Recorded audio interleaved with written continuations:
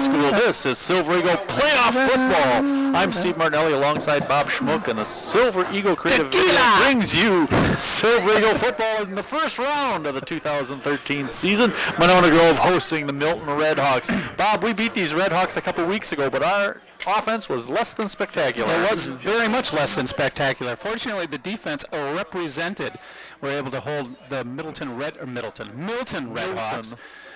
Redhawks to a single score, just enough for Monona's offense to come alive a little bit in that second half and get the win. That's it? That's all you got? That's all I got for now. Milton just sneaking in the playoffs here. Haven't you figured this out? It's our 18th season. Yeah. Stop talking. It's your turn. That's how that works. Yeah. Okay. Milton sneaking into the playoffs this year with a 3-6 record, the absolute worst record you can have and still make the playoffs here in Wisconsin. Monona Grove a perfect 9-0 with the number 1 seed, obviously. Hopefully these boys are remembering back to that game 2 weeks ago, how hard they had to work, and they're going to come out a little more fired up. In that game, Monona Grove getting a couple running touchdowns, one from Tyler Blang, one from Brock Offerdahl. Last week, Offerdahl had just a spectacular game, didn't he, Bob? He surely did. Thank you. That's how it works. I stopped talking to you. Thank you for that seg, Steve. That was awesome. So, yeah, Brock Offerdahl went 28 carries for 161 yards and 2 scores last week. Hit by far his best game of his high school career. Offerdahl with 9 touchdowns now over the course of the season. Leading the way touchdown-wise is Tyler Blang with 10 scores. Torrin Young not too far behind with 7.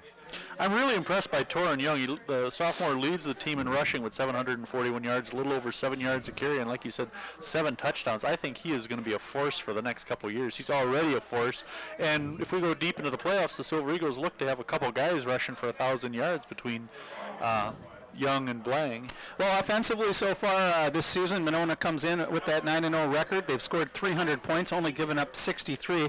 40 of those 63 points were in the first 3 games. Since then, they've only averaged less than 4 yards per game, or 4 points per game against by the opposing teams, and they've thrown 3 shutouts in that time. Offensively, Monona's rushing games, really their bread and butter, and we saw that last week with a lot of that in between the tackles. Absolutely. Running by Brock I think they had Offerdahl. season-high carries in that game with 58 carries last week. 264 yards a game so far this year for Monona's offense. As you said, Steve, leading the way is Torrin Young, but Tyler Blang very close behind, only 20 yards back. Offerdahl really upped his totals last week with his big day at 429 yards rushing so far this year and 4 scores. Brady Blang did not carry the ball at all last week after carrying it 6 times the week before, but he still has managed to rush for 161 yards and 4 scores. Brady's turned out to be a pretty decent receiver, second on the team with 14 catches. Yes, and he's got good speed, and he's got a ways to go as far as filling out. So he's just a sophomore. I think he's going to get bigger and going to get better every year that he's out here. Bob, who's the Silver Eagles' leading receiver? Well, that's Trey Powers, of course, Steve. He's got 25 catches this year, averaging over 20 yards a catch, and he's caught all 8 of Tyler Blang's touchdown passes. Wow. That's some pretty good receiving. You know, we talked about Brock Offerdahl on the offensive side of the ball. He's also the leading tackler on this team with an incredible 90 tackles. He's averaging an even 10 per game. That kid is everywhere on the defense. Offerdahl making a case to be all-conference on both sides of the ball this year. I have a hard time believing that the way he performed toward the end of the season that he won't get quite a few votes. Let's look at what Milton brings to the table offensively, which isn't a whole lot. Honestly, I don't want to, well, I can't downplay this because Monona only beat them by a touchdown the last time, but rushing-wise, it's been respectable. They average almost 206 yards a game rushing, and they're averaging 5.5 yards a carry. They've scored 16 touchdowns on the ground. Passing game is weak. Their quarterback's completed about 54% of his passes, but for only 475 yards, 4 touchdowns, and he's thrown 6 picks. They've also turned the ball over 17 times. Compare that to Monona. Monona has only turned the ball over 6 times this year, Steve. I like those figures. Monona's defense has been playing very well. And, Steve, I think you said you looked it up, and scoring-wise, they're the best defense Monona's had since when? Since 2009. That team gave up 4.9 points a game and had 7 shutouts. This is second best since then. Yeah, and considerably better than the defense, statistically that they had last year. So I look for Monona Grove to win this game without a lot of difficulty. I'm hoping that they'll do a little bit better this time around. They've seen Milton now.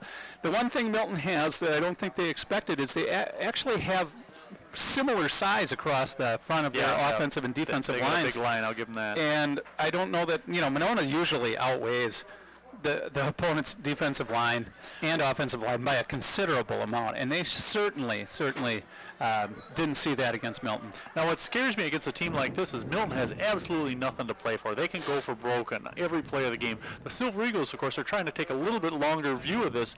They want to win this game, yes, but they also want to look ahead just a little bit and keep a little bit left in the gas tank after a long season.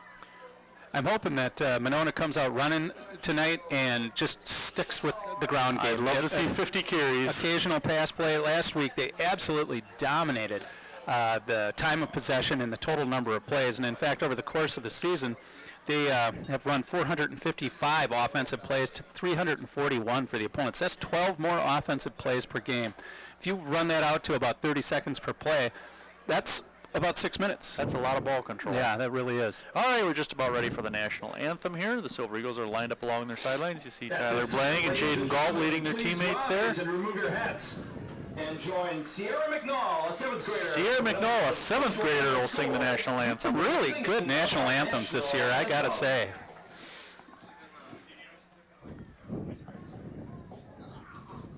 Oh, say, can you see by the dawn's early light what so proudly we hailed at the twilight's last gleaming, whose broad stripes and bright stars through the perilous fight o'er the ramparts we watched were so gallantly streaming, and the rocket's red glare, the bombs bursting in air, gave proof through the night that our flag was still there. Oh, say does that star-spangled banner yet wave o'er the land of the free and the home of the brave? All right, the national anthem. And we're just about ready to go here. 48 degrees at game time, a slight breeze from right to left. More than a slight breeze, Steve. That flag is standing almost straight out. It is windy here tonight. The Silver Eagles will receive the opening kickoff and head into the wind to start the game. Well, like I said, before the national anthem, Monona Grove needs to just keep the ball on the ground and just punish these guys. Make their statement on the ground. Don't really show that much new. I do expect them to win tonight, so you don't want to give the scouts from Jefferson and Edgerton, whom they will play the winner of that game next week, don't want to give them too much ammunition as far as game plan goes. Jefferson's the Warhawks? The Eagles. The Eagles, okay. And what is Edgerton? The Blue something or other? Roll Tide, the Crimson Tide from Edgerton. The Tide, that's right. Boy, couple former Badger Conference teams from way back. In fact, Steve, my last high school football game was against the Jefferson Eagles. Oh, yeah? How'd you do in that game? We ended up winning, and it was a close game, and it was a kind of like tonight, except that it was really, really cold that night. In fact, I was thinking about this the other night when I saw that we might play Jefferson. It was so cold that night when I came out for warm-ups, because I always just wore a T-shirt under my, under my jersey and my shoulder pads and stuff. Came out for warm-ups, and when I went back in, I took my shoulder pads, my jersey off, and put a sweatshirt on underneath. It was so stinking cold out. All right, back deep for the Silver Eagles. Torin Young, flanked by Brady Blang and Trey Powers. Dylan Swerwig to kick off for Milton, and here we go. This is Powers from the 14, excuse me. Powers, a little running room up the side, though. He's going to go this one and go all the way. Trey Powers turning on the Jets. Will return the opening kickoff for a touchdown. All right, that's Take that back. That was at the 4-yard line. Let's call that 96 yards, Bob. Oh, I can't wait to see that again because he got free on the sideline there. They had a little bit of a wall, and he stayed in bounds until he just finally flat outran everybody to the end zone. Well, we were hoping for a fast start tonight, and Trey Powers has given us just that.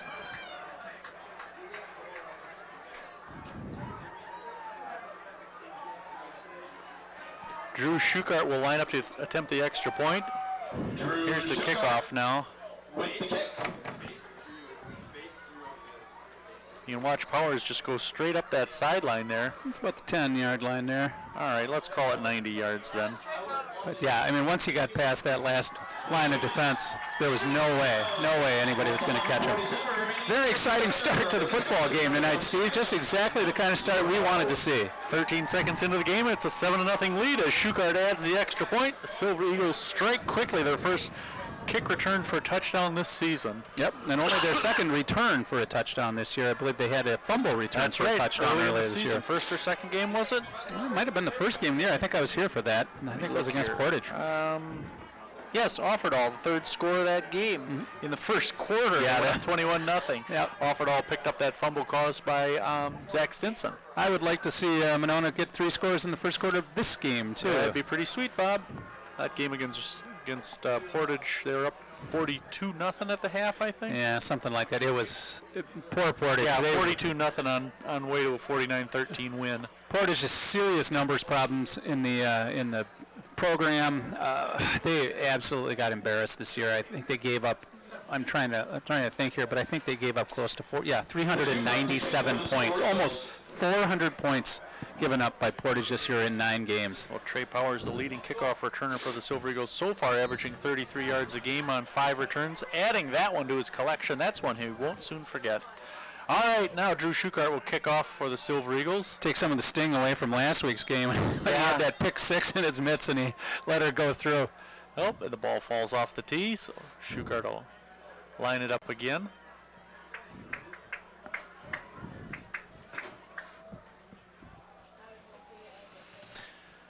Milton wearing their black jerseys, the numbers red trimmed in white, makes it really hard to read the numbers, so if I don't get it right, who cares? Yeah, I don't think they televise these games down in Milton, do they? Well, we get probably not so the much. Stoughton and McFarland, I know. Next time we're Stoughton Eastern plays up Dane there, we're going to County- have to be pretty careful. We're Eastern Dane County's voice of football, Bob. Yes, we are. All right, Schukart with a little assist here from Brock Lippiat. A little scribber now. Tip picked up about the 26-yard line. Run out close to the 35. Right, a real scrum there. It looked like a rugby play. Torrin Young in on the tackle. It's funny that Torrin Young, who's their starting wingback, would be playing on the kickoff team. Number 20, Anthony Ward with that return. Saw Sawyer Livesey out there as well. Of course, Nick Tunn, who's special teams extraordinaire this year. All right, they spot the ball at the 36-yard line of Milton. The Redhawks take over 1st and 10. 7-0 MG lead. That thrilling return by Trey Powers. Now Westrick out of the shotgun.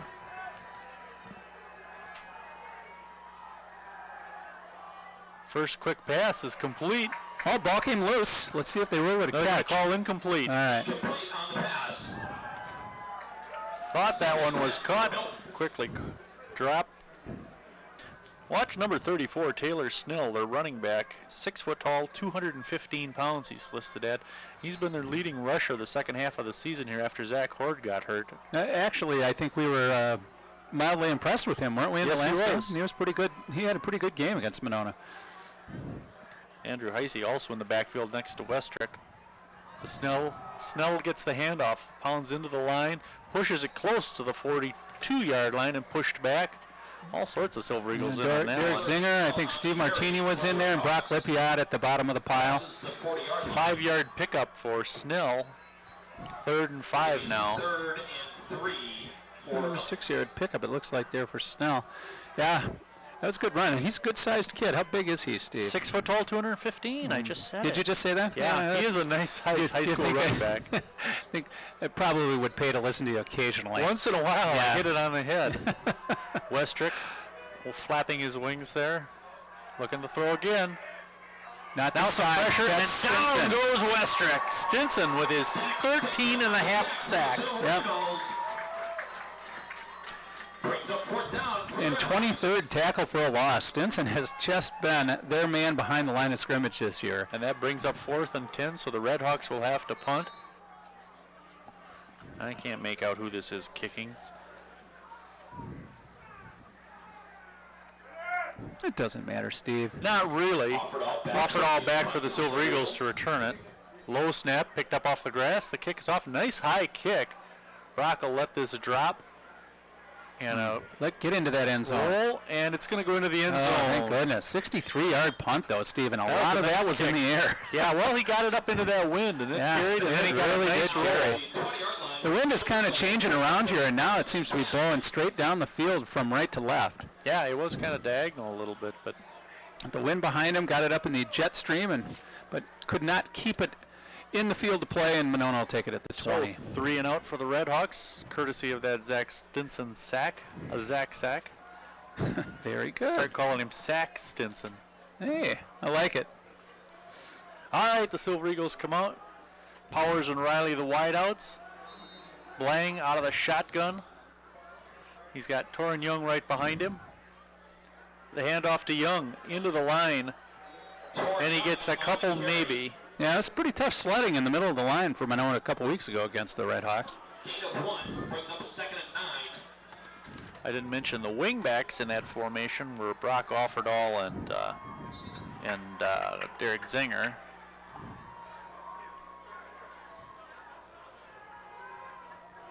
Had a lot of success running off tackle to the left with Offerdahl last week, and I think Offerdahl's behind him here, is he not? Looks like No, yes, you're right. That is Offerdahl, and Offerdahl gets the handoff into the line and out near the 25-yard line. It's going to bring up 3rd and long. Although 3rd and long isn't necessarily tough for the Silver Eagles. They've had a lot of success running the ball on 3rd down. The ball right on the 25-yard line. I wouldn't be surprised to see Blang do the quarterback keeper play they like so much in this offense. Roll out and then tuck it in. Just that little fake handoff to Offerdahl and then a little delay and then take it up the opposite side. All right, he'll have Young behind him in this formation. Offerdahl's out on the wing. Powers split out wide this side. Riley to the far side. There it is, Bob. Yep. You called it. He's just got to get north-south here. And it does look as if he's got the first he did down. It. He got there just barely. I think he got hit from behind and pushed forward. Yep. So, just like you said, the fake to Torrin Young right here, and then Blank keeps it and goes around left end, and watch him take the hit at the end here. Boom. Yeah. Player came in hard, but he got us the first down. Yeah, thank you. All right, 1st and 10 for the Silver Eagles from the 31-yard line.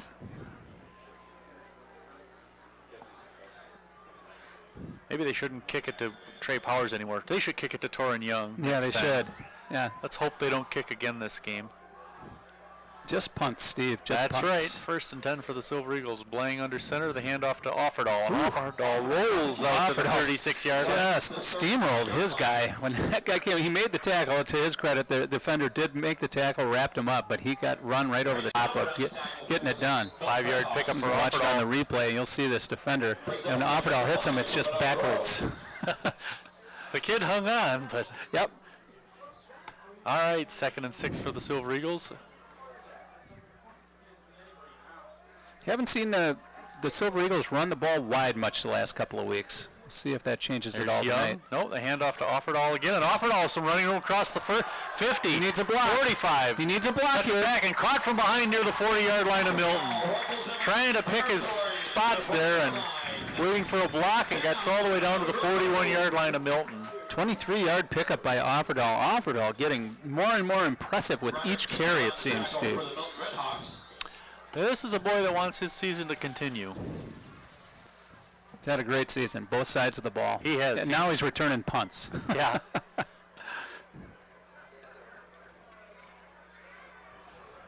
I think he might be their long snapper, too, isn't he? That I don't know. We'll have to watch that. Danny Button is their center.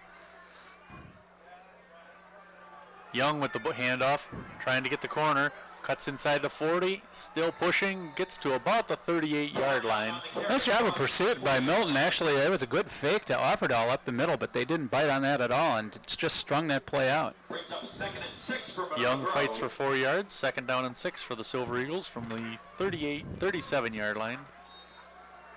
37-38, whatever. For that play to work, if they're going to the right side of the offensive line there, the tackle has to get a good seal block on the defensive end, and then Trey Powers, the split guy, has to come out and take care of the cornerback, seal him off. Sam Brewing, the tackle on that end. I missed who got the carry on this one. Offerdahl again. Offerdahl picks up 3 yards on the carry, just inside, no, right on the 35. So 3rd and 4, let's say.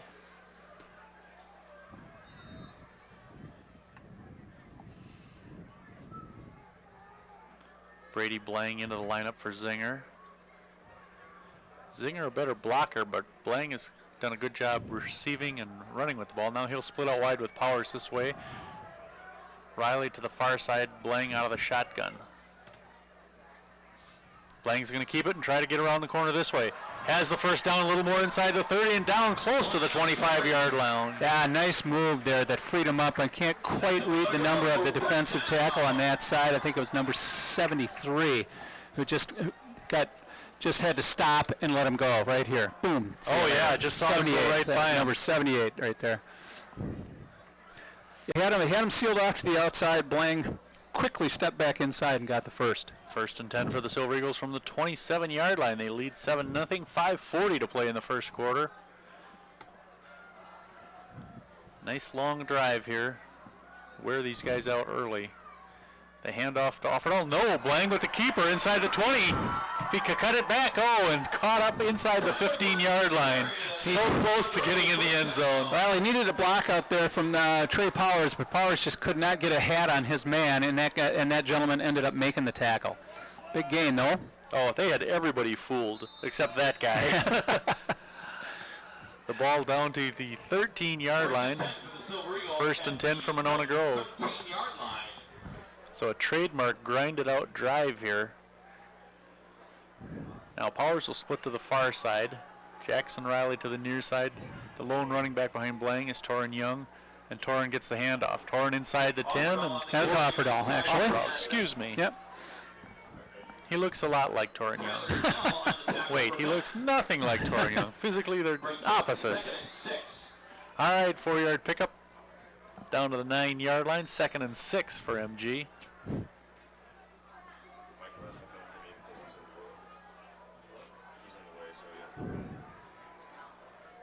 Offerdahl behind Blang.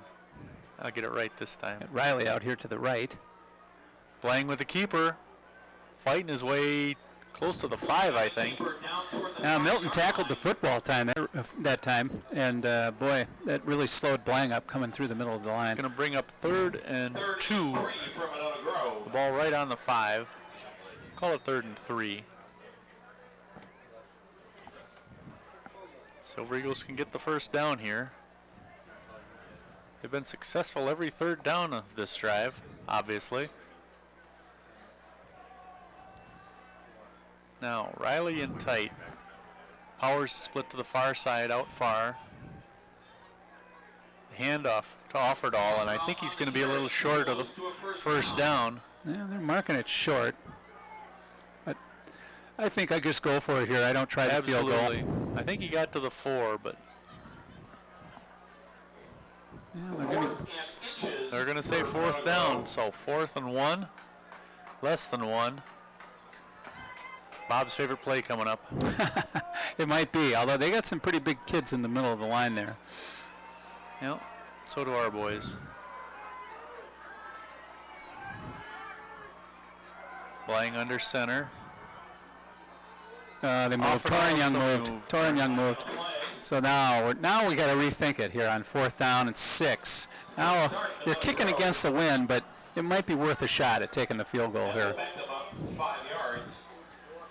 Tommy Brown coming into the game, and Drew Schukart will trot out onto the field. Yeah, they're going to try the field goal here. At 4th and 1, you go for it. 4th and 6, you got to try to come away with points here.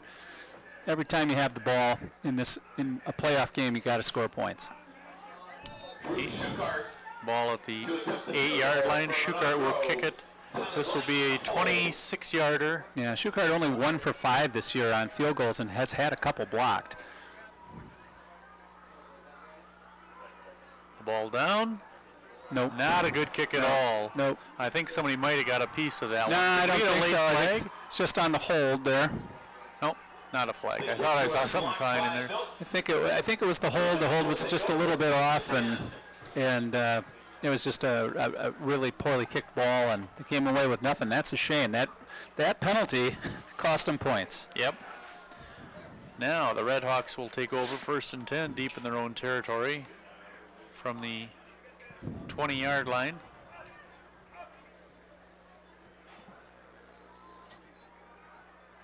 Well, that's a win defensively for Milton. I mean, they gave up a lot of time on the clock and a lot of yards, but they held them without scoring, and they're still only 1 score down.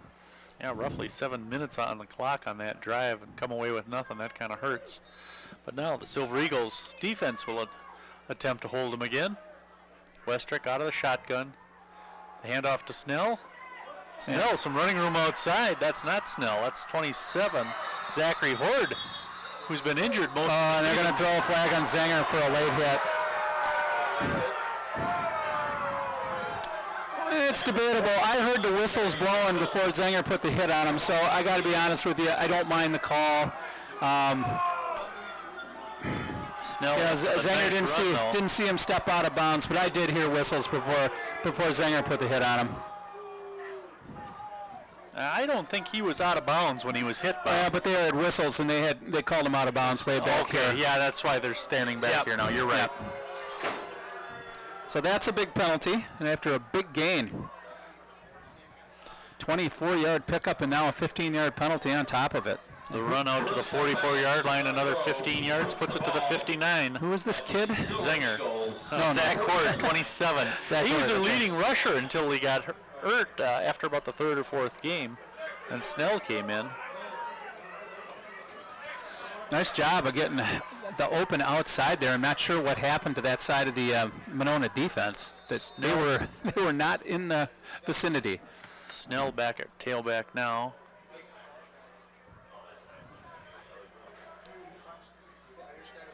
What do we got here? I don't know what they're doing. Repositioning the ball here. It backed them up about a yard. All right, the ball at the 41-yard line of Monona Grove. Tyler Westrick calling the signals out of the shotgun.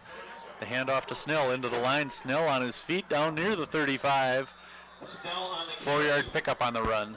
Lippian and Zinger on the tackle for the Silver Eagles. Yeah, about almost 6 yards on that. Who was that, Snell? Snell. All right.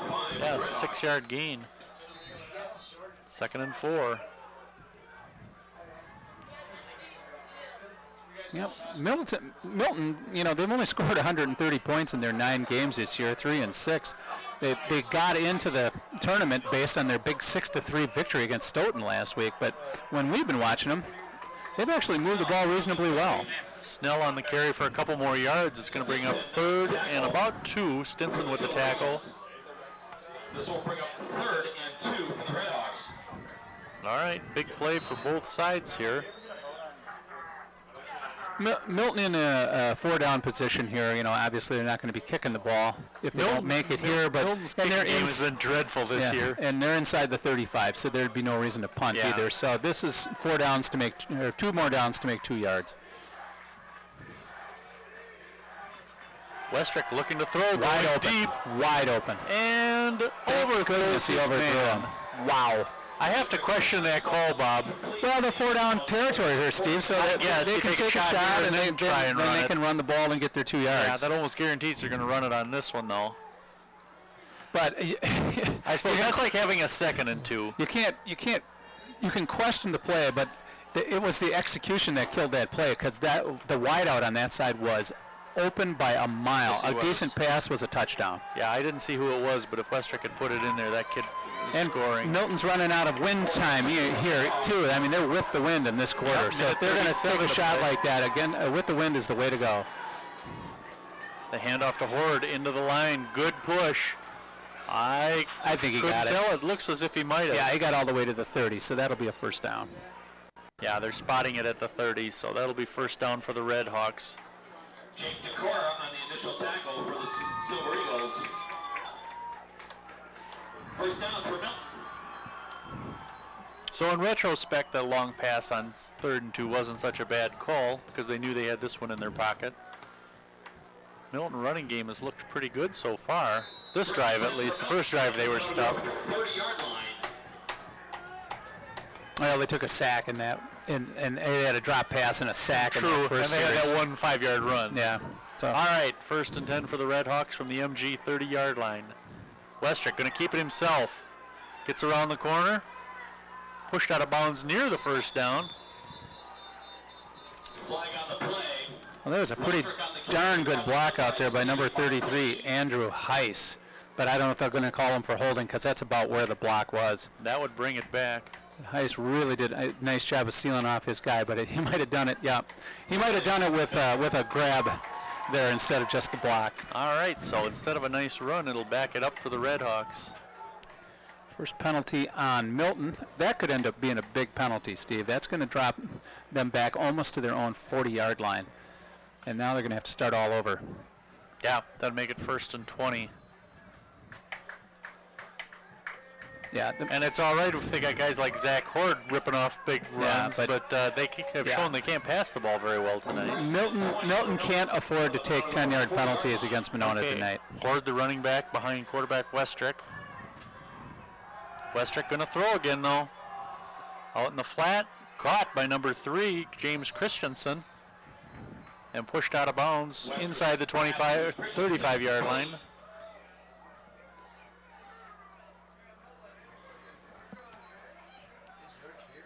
The ball to the 32-yard line.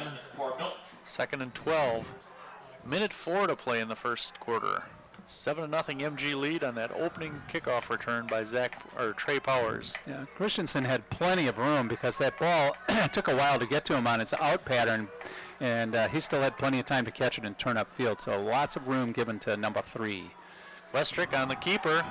Almost tackled for a loss. Now dragged down at the 30-yard line Good by tackle by 23, Zach Quam. Quam. Zach Quam, the number 4 tackler on the team, and he was one of the littlest guys on the defense out there, maybe the littlest guy on the defense, yet number 4 on the team in tackles, and we've been calling his name a lot here toward the end of the season, Steve. Quam listed at 5'8" and 162 pounds. Brings up 3rd and 10 for Monona Grove, for Milton.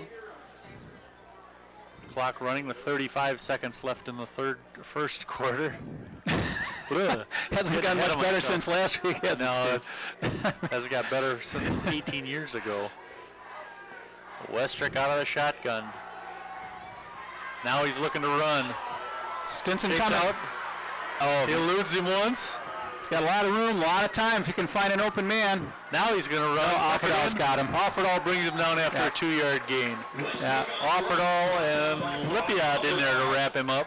Brings up 4th down. Stinson had a chance, but Stinson There he yep. missed him. Stinson actually kind of quit on the play early and then realized he had a shot at him and then overran him. And that ends the first quarter, so we'll switch ends, and the Silver Eagles will pick up that wind advantage. Well, Milton's still left in the same position. It's 4th down. They will have to go for it on 4th and 8. They can't kick anything, certainly not against the wind, and a punt would be Pointless. because you'd have maybe, if it goes into the end zone, you have about a, 8-yard turnaround or so. Right. They're you not know. that far outside the 20. It doesn't make any sense to do anything except go for it right here. The ball at the 28-yard line.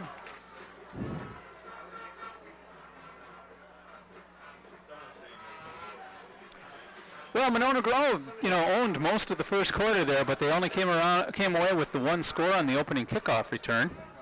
And Yeah, a little since- disappointed in Yeah. the offense stalling out that penalty. Really crushed that drive. Yeah, and then Milton finished off the quarter with a pretty good drive so far, but now facing a 4th and long. After a critical holding penalty, Milton is not in a position to give up yards on penalties. They Yeah. have to make every possession count tonight. Without that penalty, they'd have had the ball close to the 20-yard line, either a first down or 2nd and short after Westrick's run. Good position to keep that drive going. But instead, it's 4th and 8.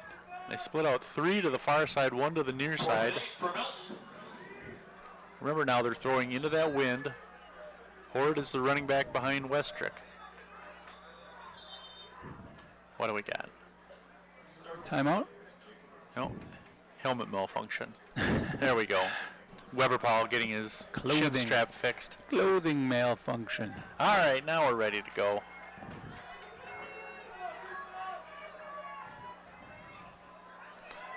Westrick The pocket is closing now. Flag in the backfield. That's got to be He's a hold. Stinson going after him. There he slings it. Got an And open it's man. complete to Christensen, and Christensen tackled for a 2-yard loss. Yeah, so they'll be able to There are flags on the field. decline this penalty, Monona, and take the ball. Yep. Yeah, they completed the pass, but ended up losing a couple yards. Monona's going to decline this one and have the ball on downs. Westrick, a couple of plays on that drive, was channeling a little Fran Tarkenton. Yeah, he was. Although we should probably come up with somebody a little more current, like Russell Wilson or something like that, because most people probably don't know who Fran Tarkenton is. Certainly Fran nobody the Scram? nobody under the age of 40 would have heard of Fran Tarkenton. Fran Tarkenton sacked more than any man alive, I've heard. No, actually, you know who's been sacked more than any quarterback in the history of the NFL? Who? Brett Favre. Yeah, I suppose, given as long as he was in the game and how poor some of his blocking was. If only he was ready to play for the Rams this year. Yeah, that's funny. All right, Tyler Blang and the MG offense back out onto the field again. The handoff to Offerdahl. Plows ahead for a yard. Not a lot of plowing for a yard, but more of a snow shovel. Actually, I think he gained, what, a couple there, huh? Yeah, Two. What's 2 going yards. two? That's Wanna give him good. two? Already Second Brock's and 7th carry of the game. He's really been the go-to guy the last 2 weeks. How many did he have last week? 28? 28. All right, he lines up at fullback again behind the quarterback, Blang. The handoff. No, Blang is going to keep That's it. gonna block He here. has a first down, cuts it back inside 45 and across the 50-yard line. Okay, Jackson Riley occupied his man just long enough for Blang to get by him and turn that into a big gain. To the 49 of Milton. We're in enemy territory now, just underway here in the second quarter. That little fake to Offerdahl and then keeper by the quarterback has been pretty effective, especially after Offerdahl's big game last week.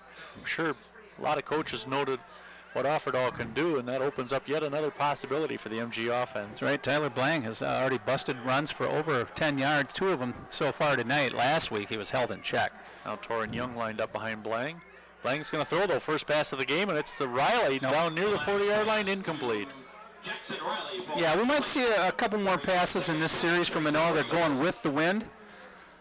Riley was open, the ball just a little bit low. Milton's coach, Bill O'Leary, in his first season with the Red Hawks and making the playoffs in his first year. We got a player down on the sidelines here. I think it may be Jackson Riley. As It's hard to tell. Mitch Bernardi comes in for MG. Soul on Jerome Street that left their inside light on, license plate 345 GLC. Once again, a white Kia Soul on Jerome Street. All right, Riley is up and able to walk off under his own power. 2nd and 10 for the Silver Eagles then from the 49 of Milton. We haven't seen much of Bernardi this year, and I think it's probably because he's been wearing a cast the last few weeks. I'm not sure what he did. Hurt himself. Yeah, clearly. Thank you, Steve. All right, Monona, 2nd and 10. Let's see if they go right back to the pass or if they try to run the ball here. Zinger coming in for Brady Blang.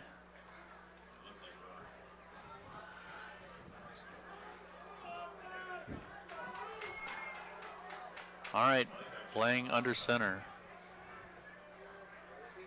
On the keeper again. Caught and brought down after a yard or two. That was 82 making the grab there. Carson Beatty. Nice tackle. He just stayed home, got a little penetration, stayed home, and dragged Tyler Blang down.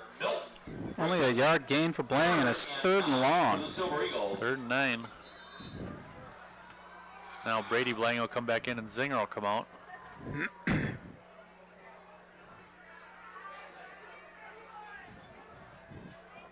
Key play for the Silver Eagles. 10 minutes to play in the first half, leading 7-0. Powers will split out far to the wide side, to the far side. Bernardi to the near side, Blang out of the shotgun. Rolling, looking to throw. Powers. Oh, and Powers has it in and out of his hands near the 30-yard line. That's a pretty good pass by Blang. I think Trey Powers would tell you that he should have had it. Yeah. So the Silver Eagles will unleash their first punt of the night. Yeah, he actually got some mustard on that. Threw a nice pass. It would have been an easy first down. Didn't come up with it. Now they have to punt.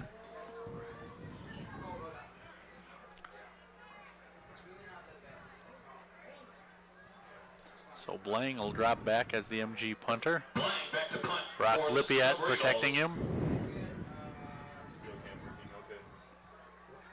Yeah, the passing game is where Monona Grove is going to have to tighten things up to go a long ways into these playoffs.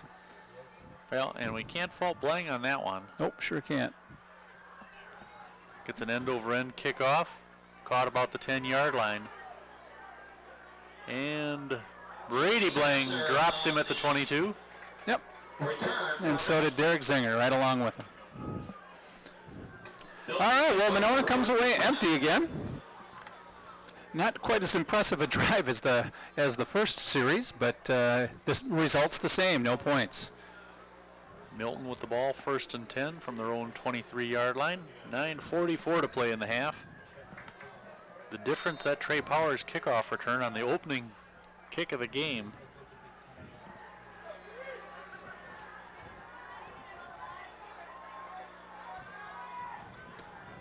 Westrick on the keeper, looking for some running room. Now he's being chased. He's going to lose yards here. Lippiat in there. Yeah, A Lippiat couple is other guys. the first one to get there. Zinger in on that one. Offerdahl on the sack. They're saying Offerdahl's name. Big loss. Huge. That was a planned run. Westrick not even looking to throw there and had nowhere to go. Second and 17. Yeah, that was a big loss of yardage. Yeah, for Zinger, Westrick. Zinger making the first hit on that one. Pushes it back to the 16-yard line. What is that, about an 8-yard, 7-yard 7-yard loss, yeah. 2nd and 17.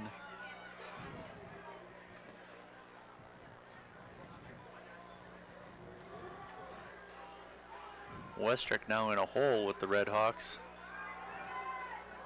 Knocked Nice down play. by Stinson. There's a flag on the opposite side of the field, though. Flag on the play. Hopefully nobody lined up offside to. That would nullify a great play by Stinson. Stinson getting a good pass rush off the edge there. Trying to think if I've got passes defended on here, because I know Stinson's knocked down several of them this year. No, I don't think I saved that page. He does have 23 hurries. Was that right? Yes. Let's see if I have it. Clearly a Passes all-conference defensed. player, yeah. Stinson, I only got 3 for him coming Well, into if that that's one. 4 knockdowns, that's pretty good for a lineman. 3rd and 17 after the What was the play. flag? I don't know, whatever it is, they're not Yep, well, either pacing it either off. Monona declined it or they picked it up. I never did get an explanation there. I would like to see the 3rd and 17 and hold them here and force them to kick it into the wind. Yeah, they're going to have their work cut out for them. They're going to have to hope that a running play opens up and maybe try that same play that Horde broke open earlier in the game, because they are going to have a hard time throwing for a first down against the I believe wind. that's Snell in the backfield. No, Westrick It's a on keeper. on the quarterback draw. Breaks one tackle. Now he's stopped well short of the first down, short of the 25-yard line. And the Red Hawks will have to punt. Well, a safe play. Quarterback keeper is the safest play you can have. I mean, he doesn't have to hand it off to anybody, so the chances of fumbling are slim. He ended up getting 8 yards and helping him get a little bit more out of the hole for this punt. So now Brock Offerdahl will drop back for the Silver Eagles. The wind's still blowing pretty hard from right to left. Yeah, Offerdahl should probably be up around the 45. It's going to be hard for him to get much on this. And it got Yeah. knocked down big time. Get away They're from gonna let it. it roll, and they're going to down it about the 45-yard line of Monona Grove. And did I see did we hear that there was a flag down thought I here? heard that. Usually that is on the return team. Let's see what the call is. Oh, he's picking it up. Yep, just pick the flag up. Well, now he's calling the referee from the near side here to come out. It appears they are going to pick it up. So it'll be first down for the Silver Eagles from their own 45-yard line. No, it's a penalty of some sort. I don't know what this waving forward of the hands penalty is, to be honest with you, but that was it. That was the call, and Monona just declined it and took the football. All right, we'll take that at the 45. 1st and 10 with 8:10 to play in the half.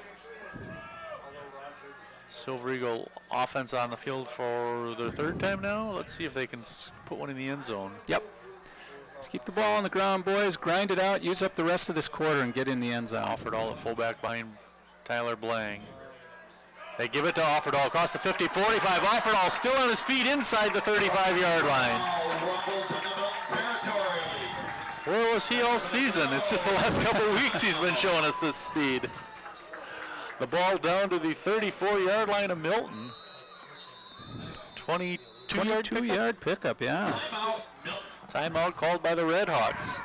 I wasn't able to see exactly how that was blocked up front, but all I know is that Offerdahl got through the line in a hurry, and then once he was past the box there, they were going to have a hard time bringing him down. He made a nice cut to the left once he got into the backfield and gained him about 10 extra yards. Well, what has Offerdahl got for carries and yards so far? 8 carries, 64 yards is all. Wow, is all. It's a nice first half. You bet. For a lot of kids, that's a nice game. All right, well, let's see if we can get him another score. Offerdahl's been on a scoring tear lately for the Silver Eagles. Monona's offense has rushed for over 100 yards this game. 0 for 2 passing. Monona Grove's offense rushes for 100 yards every game. Rushed for 264 yards a game, Steve. So they're ahead of their average so far. Season high 336 against Fort Atkinson. Last week they had 305 against Milton, but it took them 58 carries to do it. That was all right. Nice That's out game. That's still 5.3 yards a carry. I'll take that. They used up a ton of clock in that game, just on running plays. Now Torin Young at fullback behind the signal caller. Zinger in motion. The handoff is to Young. Young to the 30 and pushed back. Gaggle of Redhawks. I don't think Redhawks come in a gaggle. No, they're more of a flocking type of bird, Bob. I would think so. Certainly not a murder. No, that would be the Crows, and they're not the Milton Red Crows. Or Black Crows or any other. White flags. John Crows, nothing. None of that. To the 31-yard line, a 3-yard pickup for Young. 2nd and 7 now for the Silver Eagles.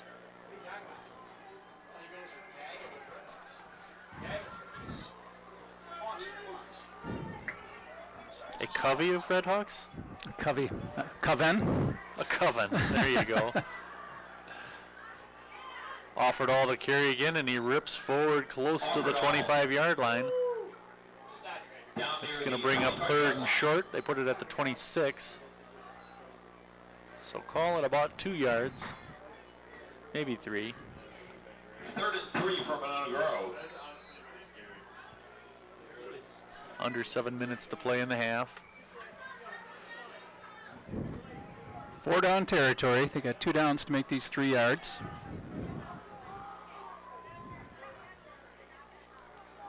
Offerdahl again plowing forward for the first down inside the 20-yard line. They're just following that left side of the offensive line. Galt and Is that 56? Decora 66. No, 66. Nick Meyer. Nick Meyer, that's right. The left guard, just following those 2 guys. Nick Meyer, deceiving, is listed at 6 feet tall and 192 pounds. I think the 6 feet is accurate, but he plays much heavier than 192 pounds. I don't think he's any bigger than that, though, by looking at him. Yeah. Okay. We'll see. We don't care. As long as he blocks good. Offerdahl again. Nope. Playing on the keeper again. Inside the 15, tries to cut it back. And pushed backwards now. I'll tell you, the defender that tackled Offerdahl was clearly keying on him, and right after the fake, he just pancaked Offerdahl, but that freed up Blank going around the edge, and there it is. Yep, he set Offerdahl down on his backside. But probably the defensive end. That's really the defensive end's job is to actually keep the quarterback in there, but I think he crashed down instead on the fullback and lost him. 8-yard pickup for Blank on that one. 2nd and 2 for the Silver Eagles from the 11-yard line. That fake has been really effective tonight. Blank has gotten more yards than he's gotten in the last several weeks. They give it to Offerdahl again this time, and he plows ahead. Should be a first down near the 7-yard line. And that'll be 1st and goal from the 8. Monona's second trip inside the 10-yard line. They lost the ball on downs. Actually, they missed a field goal the last time they were down there, but that was forced by a 4th and 1 penalty. Backed them up, and they had to go for the field goal instead of the touchdown. 5:20 to play in the first half. The Silver Eagles threatening, trying to go up by 2 scores. Blank calling the signals. He'll give it to Offerdahl. Offerdahl inside the 5. Offerdahl into the middle. Brandon Albert on the tackle for Milton. Just inside the 5. 5. Second and goal for the Silver Eagles.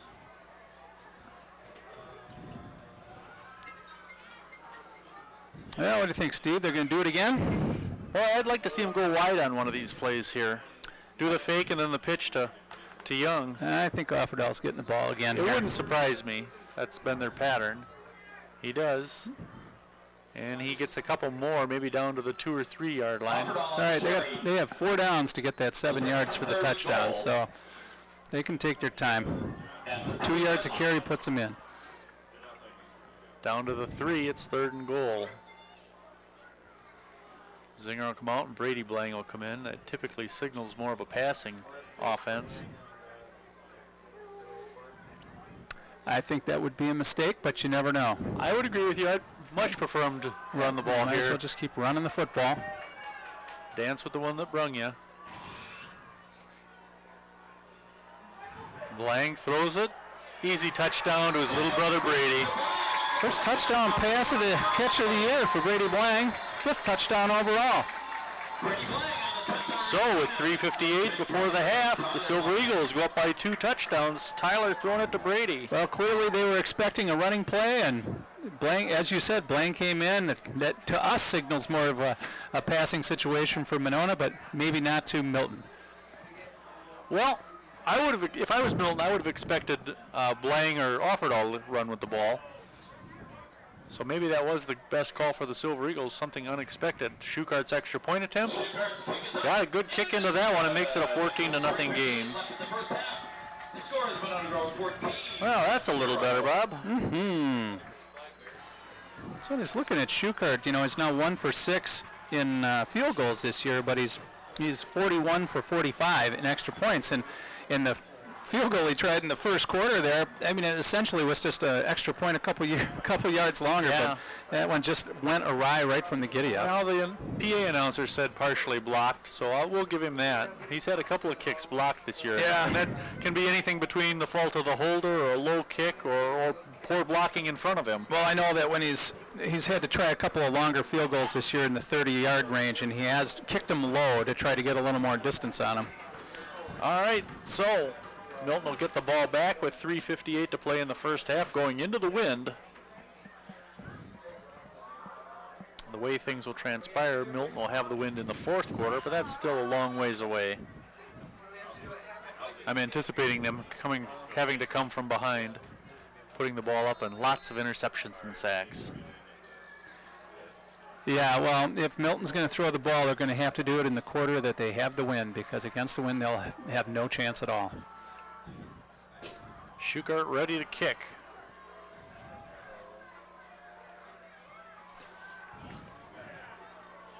From the 10. Oh, nice little running room here. That's number 1, Devin Higginbotham. It was filled pretty quickly there, I think, by number 17, Jacob Carnes. That little scene that we saw, him coming up and going to the right. Let's see who that was that filled that up. Carnes and then whoever ended up making the tackle, which I can't see. 24. And Nick Etheridge. And Nick Tunn also involved in that. All right, 1st and 10 for the Redhawks from their own 26-yard line. They split out 2 to both sides. That is Horde behind the quarterback, Westrick. Horde gets the carry right up the middle. Horde with some running room and down across the 35-yard line. Yeah, nice hole at the point of attack for the Milton running back there, and a nice gain on first down. Horde a pretty quick runner. He hit that hole pretty fast, kind of a contrast to Snell. Horde a faster player, but Snell very strong. Brings up 2nd and 2 from the 35-yard line. 3 split out wide to this side, 1 to the far side. They'll give it to Horde again. And the ball loose. The ball came loose. Monona might have gotten it. Fumble on the play. Silver Eagles are signaling it. No call by the refs, but Brock Offerdall thinks they got it. The referees agree with Brock. Who was that carrying on that one? That was Snell on that one Snell again. on that one? So he got back to the line of scrimmage and lost the ball, and the Silver Eagles recover it. 1st and 10 from the Milton 35. Let's see if we can see what happens here. Snell right there. I think he just dropped it. I didn't see anybody hit him there. It looked as if he lost the ball before he got back to the line of scrimmage. It looked like somebody got a hat in the midsection there, but I don't know if it was after he dropped the ball or not. But anyway, a big mistake for Milton. This could be really bad news for them with 3:20 left to go in the first half, and Monona with the win, so they can use either the run or the pass. They don't have to be one-dimensional here. Blang back out of the shotgun, looking to throw. Oh, dropped by Powers again. The throw was a little low. Powers falls incomplete, brings up 2nd and 10. 2nd and 10 for the Silver Eagles. He had his brother Brady Blang running a streak down the sideline there, and he had some open room out there, so they might want to consider that play again. Instead of going to Powers short, they can go to Blang down the sideline. They've targeted Brady one time tonight, and that was on that touchdown.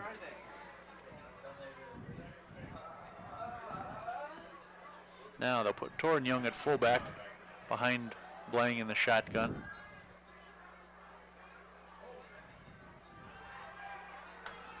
Looking for Riley, and Riley gets this one inside the 30. Bring up 3rd and short. Yeah, took that one right off the top of the grass. To the 28-yard line, 3rd and 10, or excuse me, 3rd and 3. Clock running, we're just under 3 minutes to play here. No reason for the Silver Eagles to rush things here. Like Bob said, once again in 4-down territory. Offerdahl has the first down, still on his feet, breaks through for the 20, 15, 10, 5, touchdown, Brock Offerdahl. Offerdahl breaks the tackle almost at the line of scrimmage there, and then just outruns everybody else to the end zone. I was hoping for some clock to get eaten there, Bob, but I'll take Offerdahl 28 yards. Brock has really got a nose for the end zone the second half of the season here. So now the Silver Eagles have scored on a kick return, a pass play, and a run. Yeah, Offerdahl with his 4th touchdown in the last 3 games. And that puts him over 100 yards for the night, Steve. In the first half. Now, Schukart, the extra point attempt. Makes it a 21-0 MG lead.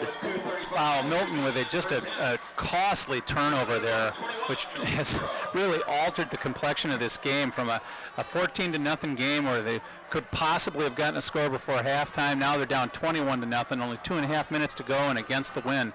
Not very likely to see Milton be putting up points before they go into the locker room.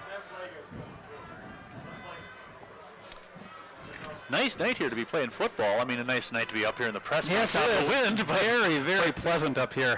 the temperature pretty decent for high school football in late October. I'd like to tell you folks here in the stands that I feel your pain, but I don't. I got windows up here. It's pretty darn nice. All we're missing is cocoa with marshmallows. Yeah, Bob. that's right. Pretty sweet seats is all I can say. Well, I imagine it's a little colder over on the Milton side of the field. It's always a little chillier when you're down 21-0. Well, this is more of the score that I expected in our matchup a couple weeks ago. I didn't expect well, remember that game? We were down 7-0 at halftime. That was a little scary. I'm wondering what the heck was going on. Can anybody play this game? They're killing me, Whitey. They're killing me. All right, Schukart ready to kick off. I believe it's that little feller Higginbotham back there and somebody else. Higginbotham listed at 5'6", 155 pounds. Little squibber kick. He's got to pick it up. Down. He's got to pick it up. It's at the 5. Tries to cut it back to the field and laid on his back. I'm not sure. Was a Torrin Young. Yeah, that was. Yeah, he smoked him good. He did indeed. Torrin Young getting down there. I think that was 32 Cheney Passer returning that kick, and he got leveled. Watch Torrin Young come in here and see ya. Put him on his back. So from the 12-yard line, Milton will have a long ways to go here with 2:31 to play in the first half and down by 3 touchdowns. I'll tell you, if I'm Milton, I might want to play it a little safe here. I mean, we're down 3. If we're going to try to stay in this game, we're going to have to run the ball this here. Is Horde met by Snell and Decora, I think that was. Got a Milton player down here, one of the interior Yeah. linemen. Jake Decora and Zach Stinson on that tackle.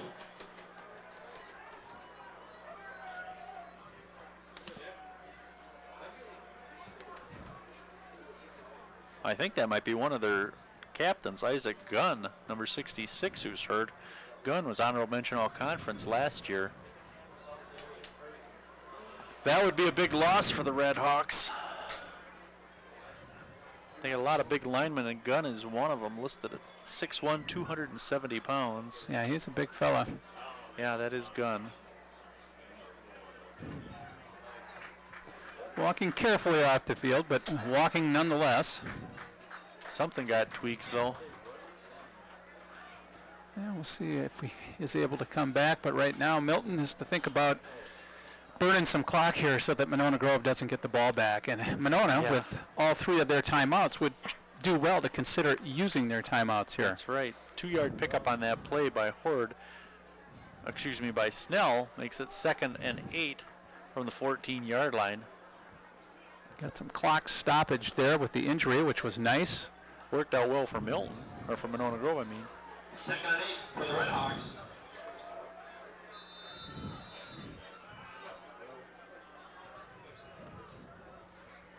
Westrick calling the signals. Westrick has played varsity football at quarterback since he was a freshman.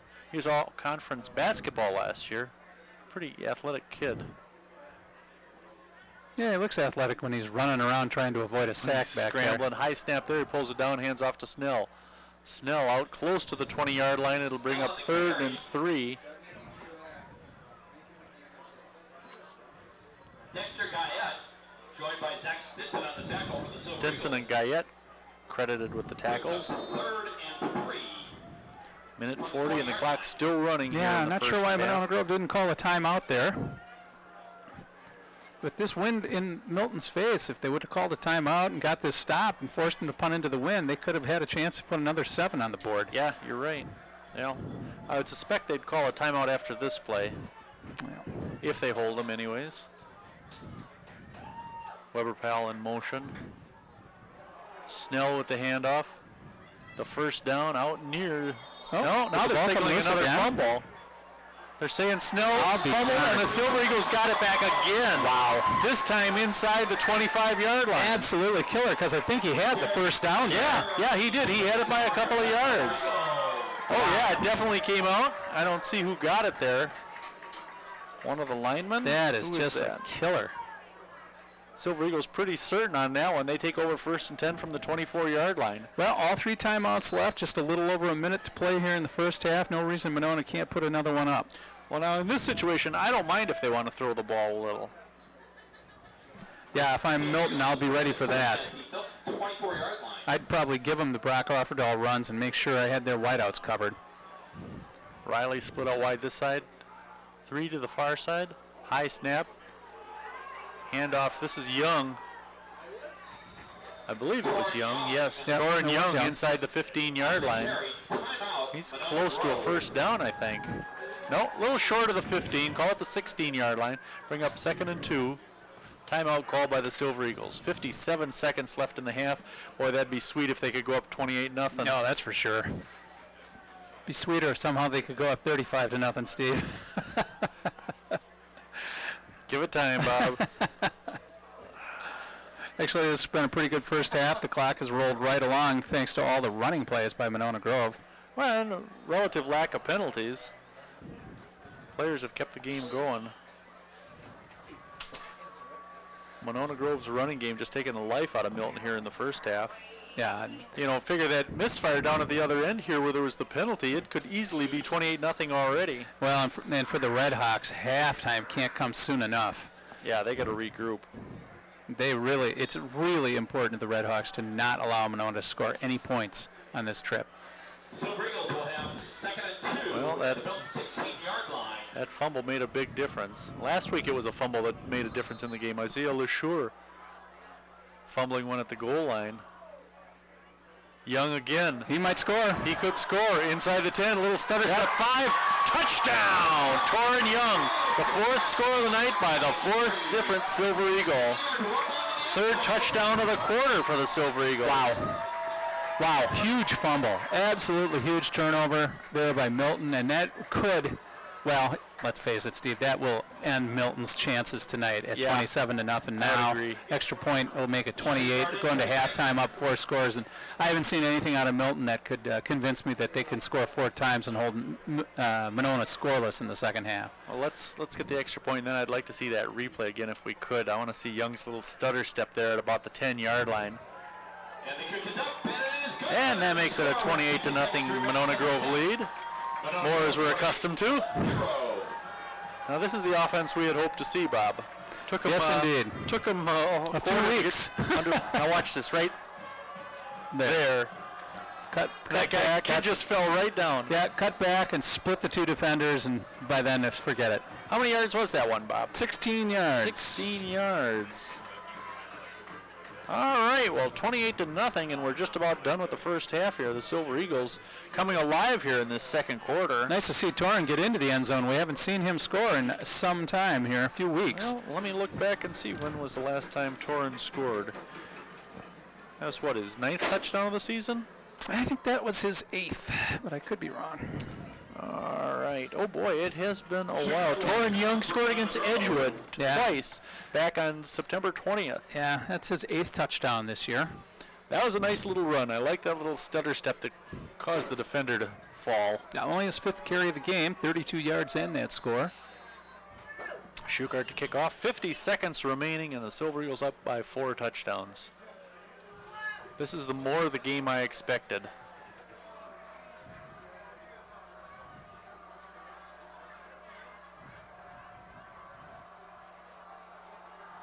Shukart's kick by Passer at the 10. And knocked down near the 25-yard line. Yep. Stinson makes the tackle. Stinson having a nice game tonight. Got a little help from number 22, David Manns, the 6-foot sophomore. 45 seconds left. Milton will have the ball on their own 25-yard line. Let's see if they can manage a possession without a fumble this time. They've lost it the last 2 times and given the Silver Eagles a short field to play with. Snell with the carry, hit at the line. He might have pushed ahead for a couple of yards there. You know, you'd like to tell Milton, play it safe, just hand the ball off, but it hasn't worked their last 2 series playing it safe, as Snell fumbled and cost them turnovers here in their last 2 series of downs. 2nd and 8 for the Red Hawks from the 27-yard line. 20 seconds left. This will be the last play of the quarter probably, or of the half.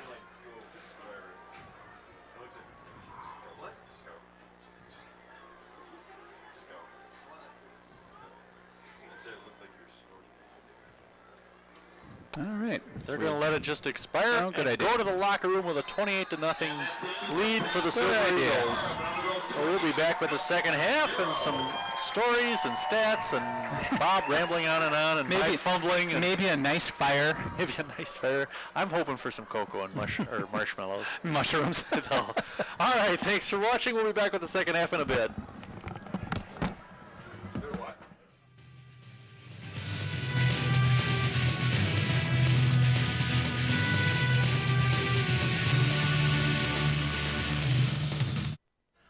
Welcome back to the second half of Silver Eagle playoff football, where Monona Grove leads the Milton Red Hawks 28-0 at halftime. Steve Martinelli alongside Bob Schmuck, and it's still the week before Thanksgiving, but Bob and I are in full costume. You can't see us, of course, but I'm dressed, of course, like I am every year, as George Clooney.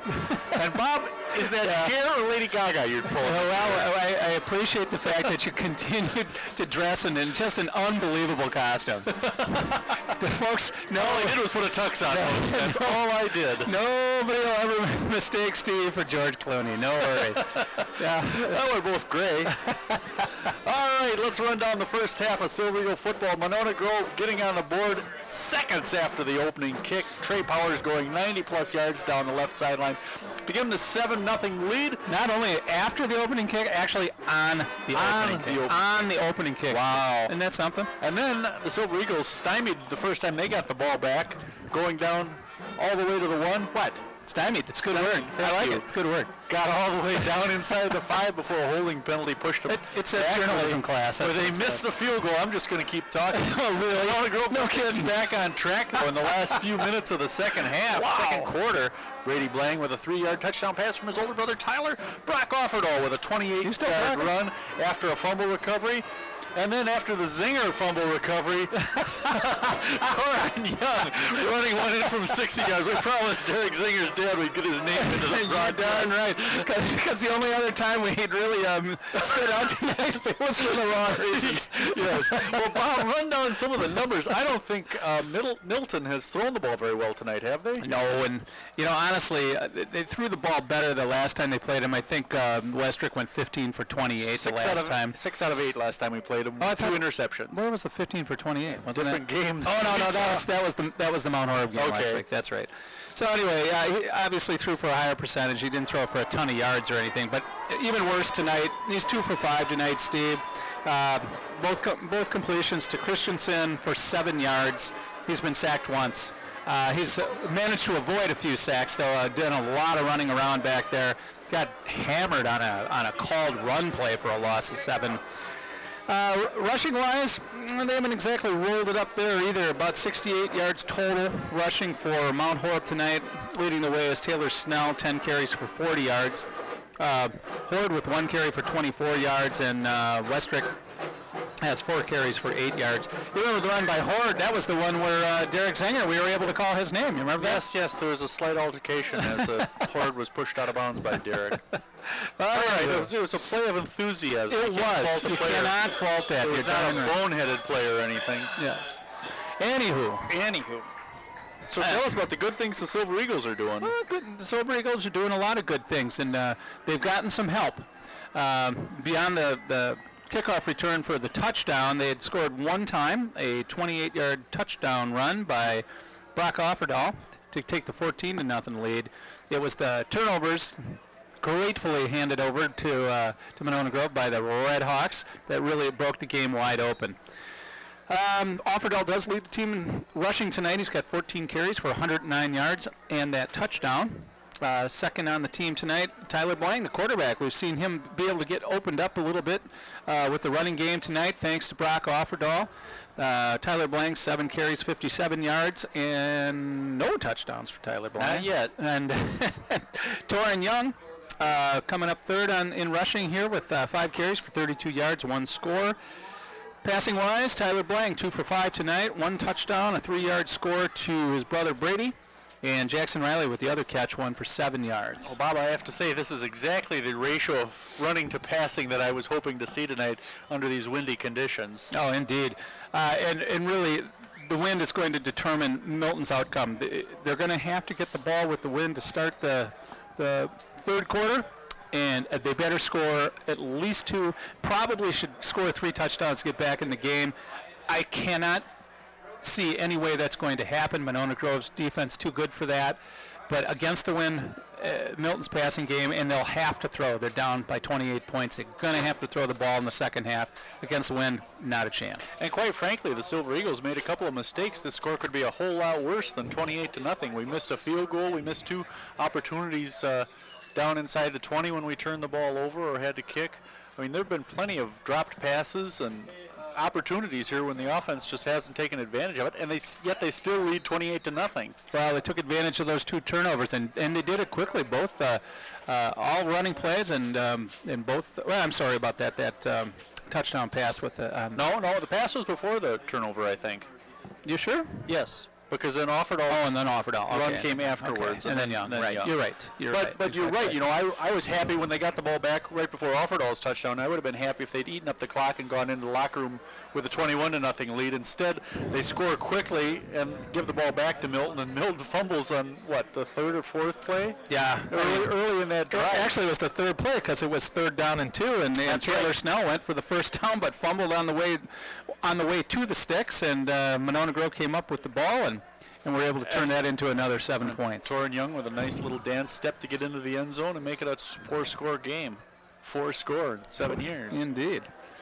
All right, well, let's see what Monona Grove does coming out here in the second half. I'd love to see them get one more score up at least quickly, and we'll get the running clock, and then also I like it when the second team guys get to play a lot, and especially playoff football. I was just going to say that. These kids, this is really, really big time for them. If they get a chance to get on the field during a playoff game, it's no different for a football player than it is for a kid that plays basketball and gets a chance to get out on the court during the state tournament at the field house. I mean, or not the field house now, but the Kohl Center. If you've been practicing hard all year and you haven't seen the court much, and boy, all of a sudden you get to get on the court at the Kohl Center during a state tournament game, that is very, very exciting. Absolutely. This is the payout for some of those second stringers. And besides, then you get to rest your first stringers because you know next week the game starts getting a heck of a lot tougher. And it makes your team better next year. It gets the kids that are juniors this year that get on the field in situations like that are more excited about coming back out to play as seniors because they know they're going to get on the field during real time. All right, Schukart teeing it up for the Silver Eagles and getting ready to kick it off to Higginbotham and Passer. Cheney Passer, what a great name. So is Devin Higginbotham. Drew Schukart kicking off for the Silver Eagles. Kind of like that kid last week from Mount Horeb, Dakota Moxley. You gotta love that name. That's a great name. That's a good one. There's a Dakota on this team, I think. Of Dakota course there Smith. Dakota Smith. That sounds like a guy from a Western movie, doesn't it? So does Isaac Gunn. Or an old Western TV show. Avery Oosterhout. You know, the Big Valley. He's one of the characters that show up one time and gets killed. Schukart, a deep kick, pushes him back almost to the goal line. This is Passer, I believe. Passer grabbed by the shirt and dragged down short of the 20-yard line. Ooh, Monona smart enough to get the win in the third quarter. And it's going to leave Milton about 12 minutes in the fourth quarter to try to catch up, and hopefully Monona will be up by another score or two by then. Kickoff return for Milton. So Milton just short of the 20-yard line. Let's call it the 19, 1st and 10. Westrick has not had any success passing tonight, and going into this win is going to be a challenge. It's blowing harder now, I think, than at the start of the game, Bob. Yeah, they said a front was going to come through, a cold front tonight, so we'll see. I'm toasty warm. I don't know about you. Oh, I just love it up here. Westrick out of the shotgun. He's got Horde behind him. Pitch to Horde. He tries to cut up a little running room across the 30. Horde has some space now. Cuts it back. Nice move. He's going to go all the way, Bob. He sure How is. about that? 81 yards for Horde. And then a little late push at the end by one of the Monona Grove players, not flagged. I'm actually a little surprised. Now we got whistles all over. I see a flag on the field. Flag on the field. So, after Monona Grove opened the game with a kick, now Horde opens the second half with a long run. And that puts Zach Horde over 100 yards. Well, he had 81 on that carry alone. 2 carries for 105. Steve, that's pretty good average. Now let's see what the call is here.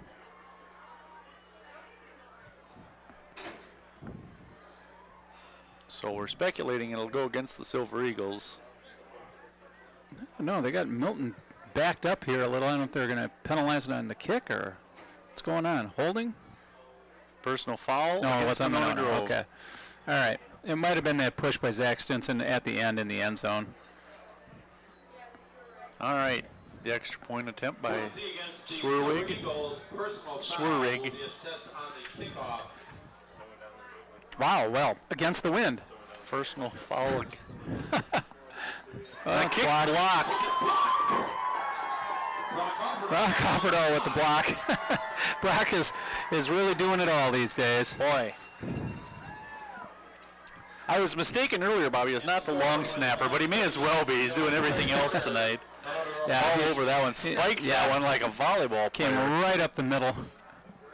Got the block and leaves that a 6-point touchdown instead of the 7. So 28-6. That makes it a little harder to get that running clock. Sure is. One play, one score. Nice drive there by the Redhawks. Yeah. Their best drive of the night. Indeed, 81 yards on that. Well, you can see why Horde was their leading rusher until he got injured. Yeah, good speed. Once he got to the sideline, he was going to be tough to catch. And Westrick did a nice job timing that pitch to him, got him outside in time. Now, Stinson did what he was supposed to do. He's the defensive end on that side. He's supposed to take the quarterback, but there was nobody else on that side of the field to take the pitch back. Well, and then Horde made a nice cutback here around the 40-yard line. All right, the Silver Eagles returning their second kickoff of the night, anticipating the onside kick. Riley and Powers are sort of deep. Yeah, Hands team out on the field. A lot of low numbers out there. Yeah, this is a perfect time to go for the onside kick here, because even if you don't get it, Monona doesn't have that great a field position. So they'll kick off into the wind from Monona's 45-yard line. Yeah, I don't think this is going to get into the air, though, so the wind probably won't be a factor. Somebody keeps slamming the doors up here. It's very rude. Swerig ready to kick it. Oh, No, he does kick it deep. Hammers this one out of the end zone. I'm not sure why they didn't go for the onside kick there. I think that really would have been the right play to make, or at least kick it on the ground. With the short field like that, kicking from the 45, the Silver Eagles would have had it at 35 at best. Yeah, so they got it at the 20, so a 25-yard net, I guess, on that kickoff. I guess. Monona Grove will take over. 11:38 to play in the third quarter and a 28-6 lead. All right, let's see if Monona comes out running the football and just kind of grinds out some time and gets that ball in the end zone again. Well, they were very effective in the first half, either handing the ball off to Offerdahl or faking it to him and Blaine keeping it. Let's see if they continue with that. Although I'd like to see a few more carries for Torin Young. Young lined up at fullback behind Blang. Zinger in motion. This is Blang with the keeper trying to get outside.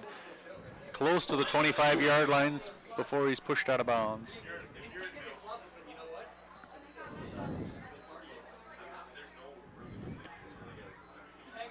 Five-yard pickup for the senior quarterback, 2nd and 5.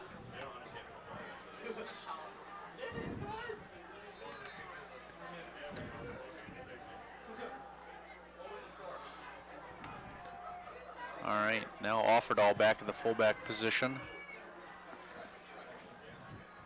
The give is to Offerdahl, spins out of one tackle, maybe gained a yard before he's pushed back there. Stop for a little gain. Not enough of a push on that left side. They generously give him 2 yards. I'll call it a yard. 3rd and 4. Now this is a key play for the Silver Eagles. Yeah, Monona really does need to get a first down here and get this ball down the field. I'm not saying that if they don't get it, Milton's automatically going to get right back into this game, but it would be nice to answer their long touchdown run with a touchdown drive of their own. Blang under center, back to pass, slings it out to Riley. Riley with the first down. Let's see where they mark it. I believe he was past the 30. Yeah, just barely past the 30, but just enough. It's a first down. Out to the 31-yard line, 1st and 10. Well, the Silver Eagles short passing game working when it needs to. Riley's second catch of the night. I think this might be the first time he's had 2 catches in the game, although he might have had a couple last week too.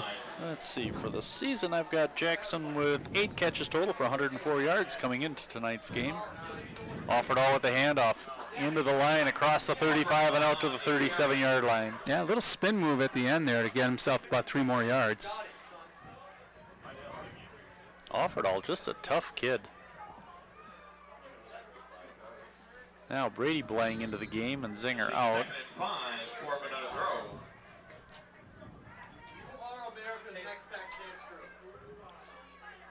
Blang and Powers will split out wide to the far side, Riley to the near side, Blang out of the shotgun. Torin Young with the carry right up the middle. Torin bumping it outside across the 40, 45, tiptoes his way near the 50-yard line. Nice job. Nice job. First down for the Silver Eagles. Came off tackle, saw that there was space to the outside, cut it out, and just got pushed out of bounds. 13-yard pickup for the sophomore running back out to the 49-yard line of Monona Grove. 1st and 10 MG. Well, Torin Young went for 100 last week. 45 so far tonight. Yeah, he went for 100 and he was the second leading rusher on the team. That's nice when you see a couple guys over 100 on the night. That's happened a few times this year for the Silver Eagles. Blang out of the shotgun again. He'll give it to Young again. Young across the 50, hit and stood up. Wow. Falls forward by about 3 yards. He got some help. Let's see who that was that came in and helped him. That was 56? number 56, Jacob DeCora, who's playing on the offensive side tonight, and he came in and and just pushed the whole pile forward and gained at least 2 more yards Yeah, doing that. took that from a 2-yard gain to a 4-yard gain. At the Milton 47-yard line.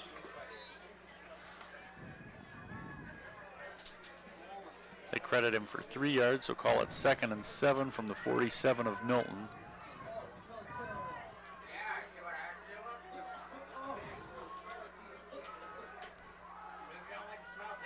The handoff to Young again. Young to the 45 and nothing more. Close to the 45-yard line. That'll bring up 3rd and 4. Another 3rd down play for the Silver Eagles. Been very effective on their 3rd down plays tonight. Yeah, let's see if Blang runs that quarterback keeper play. They're pretty much set up for it. Yeah, running to the far side. Yeah, to the faking to wide side of the Offerdahl field. and then keeping it himself and taking it the opposite direction. Brady Blang in there, split out wide to the far side with Powers. Gonna fake it to Young. Throw it to Jackson Riley, across the 40, 1st down. Nice MG. catch. That ball was thrown right at his shoe tops, and he came up with it just enough again for the 1st down. Riley with his 3rd catch of the night to the 39-yard line of Milton, and the Silver Eagles' march continues.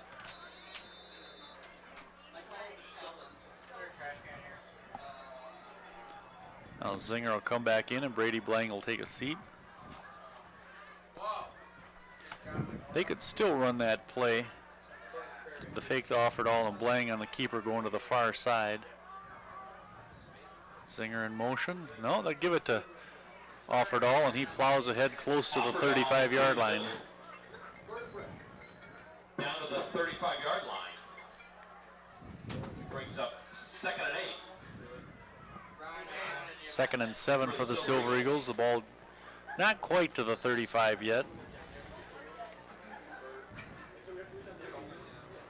Well, I like what Monona Grove's doing, Bob, with these safe runs and short passes. Yep, eating up a lot of clock. And we're down to 7:45 in the 3rd quarter. We don't need no stinking 81-yard runs. Well, we wouldn't turn them down. No, I'd take them. I'd take about a 35-yard run here. Timeout called by the Silver Eagles. Monona Grove. First time out of the second half for Monona. 2 left.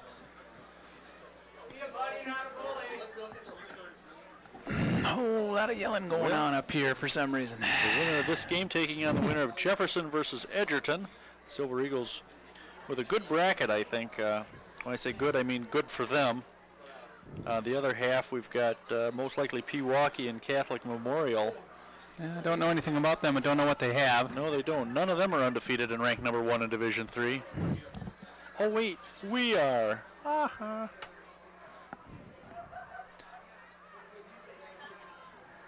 Yeah, interesting going into the playoffs with Wanakee being a low seed. That's the first time that's happened in a long time. Oh, 7th seed, and they're lucky to get that, to be honest with you. 5-4 on the season. They The first could've- time they've lost 4 games in a season since '92. They could have easily missed the playoffs. Sauk Prairie had them by 2 touchdowns in the 4th quarter and lost in overtime. They just couldn't hold them. That would I could just think back to that and think what a feather in Sauk's cap that would have been to actually beat Wanakee. I don't know that they ever have. 2nd and 7 now. Blang straight back to pass. Feels some pressure now. Swings it out to Offerdahl, and it's off his hands. It'll bring up 3rd and 7. Yeah, they were setting up a screen pass, but they didn't really sell it. And there was one defender back there, and it forced Blang to throw the ball high. Let's see here.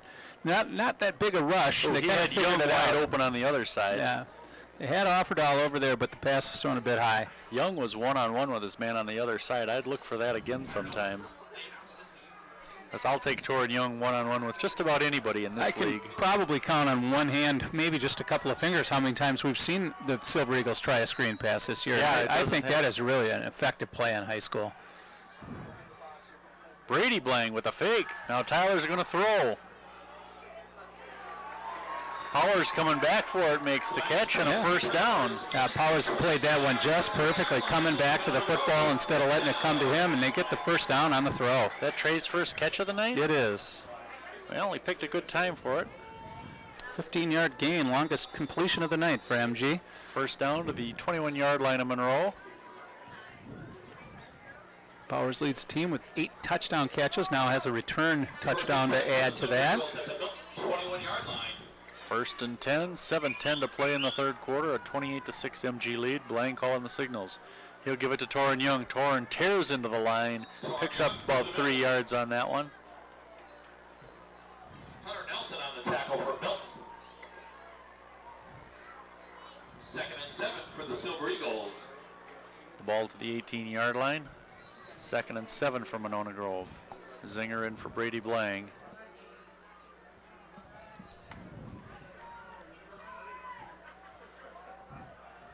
The clock definitely in the Silver Eagles' favor here.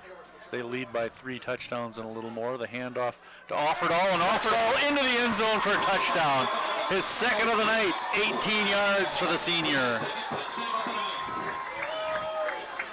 Well, I'll tell you, the coaching staff obviously saw something in Brock Offerdahl as the season has gone on, because, I mean, he'd get a few carries a game, nothing special, but these last 2 weeks, 28 carries last week, 19 so far tonight, Steve, and he's broken the 100-yard barrier both nights.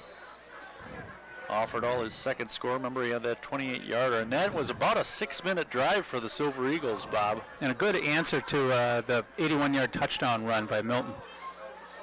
Schuchart's extra point attempt makes it a 35-6 game. And the score with 6:49 remaining in the third quarter. Monona Grove 31. So Drew Schuchart having trouble with a field goal earlier tonight is a perfect 5 for 5 kicking extra points. Well, I got to tell you, if they try that same pitch play, Milton that is, tries that same pitch play that they scored on in their last series, I tell you, if I'm Zach Stinson, I'm thinking, well, maybe I'll just let Westrick go and go with the pitch back, because honestly, I haven't seen Westrick show that much running ability, and certainly not that kind of breakaway speed that Zach Horde showed on his run. No, you're right. And if Stinson pulls back a little bit and bides his time, he could go after Horton, but possibly even get him for a loss on a play like that. Like I said, on that play, Stinson did exactly what he was supposed to do as the defensive end on that side. He's the one that's responsible for the quarterback. Then you generally have somebody outside of him, either a linebacker or a corner, that's got to come up and take the pitch You got to guy. get somebody like a Zinger or Quam out there to make that play. All right, Schuchart ready to kick off. Schuchart to kick off for the Silver Eagles. A 29-point MG lead.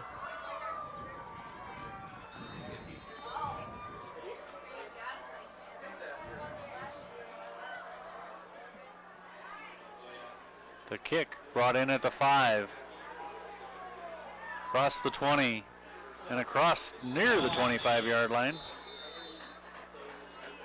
And the MG defense will trot out there again. Carrying for Milton, they'll take over 1st and 10. MG defense flawless tonight with one exception, one bad play. I think you're doing pretty good if you can run the whole game without giving up but one big play. Yep. Monona Grove's defense, these last few weeks, has really been lights out. Like we said, as good as it's been since the 2009 season. Holding teams at just 7 points a game. The handoff to Snell. Snell, a little spin move across the 30 and pushes close to the first down. He'll be a little short. Snell's a hard runner, and I other than his 2 turnovers tonight, he's been a handful for Monona this game and the game before. 8-yard pickup for Snell makes it 2nd and 2. 6 minutes to play. We're halfway through the third quarter. The ball at the 34-yard line, 33-yard line. Westrick, he'll give it to Snell again. Snell has some running room, has the first down and out across the 45 and down near the 50-yard line. Wow, Milton comes out and plays some inspired offense here in the second half. It may be too little too late, but well, they certainly haven't quit. Snell out to the 48-yard line. No, that kid runs hard, and they're blocking well for him.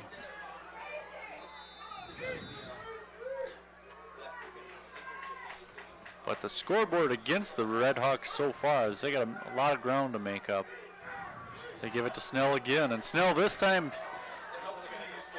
just over the 50, I believe.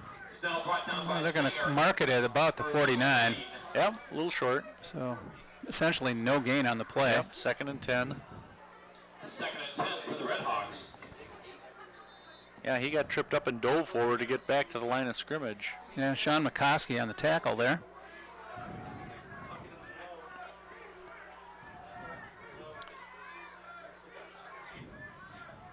Horde this time quickly through the line Ward and on the carry. down to the MG 47-yard line. That'll bring up 3rd and 5, 3rd and 6. For the Silver Eagles.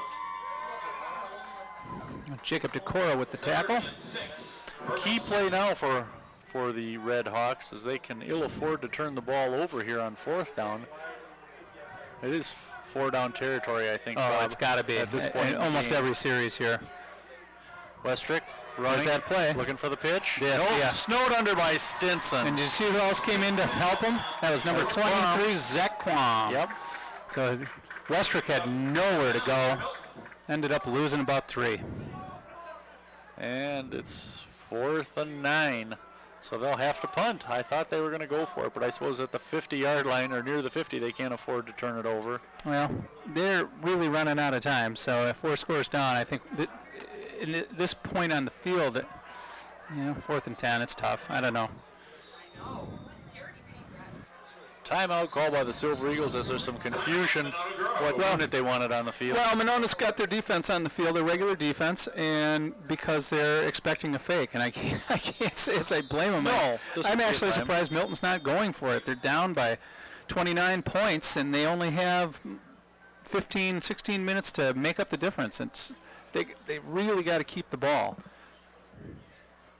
Second timeout for the Silver Eagles.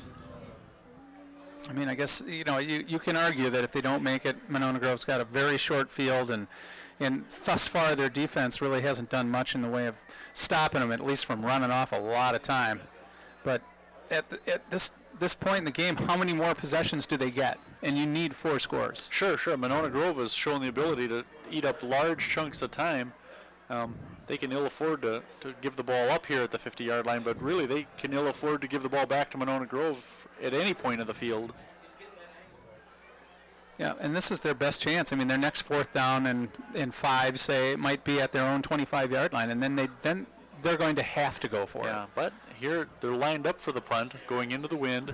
Silver Eagles in their base defense Yeah, here. nobody They're not back. biting on this. Yeah, nobody back. He's punting against the wind. And it's a good wind right now. He gets off a fairly low kick that's going to have a nice roll, but Silver Eagles will take over at their own 20-yard line.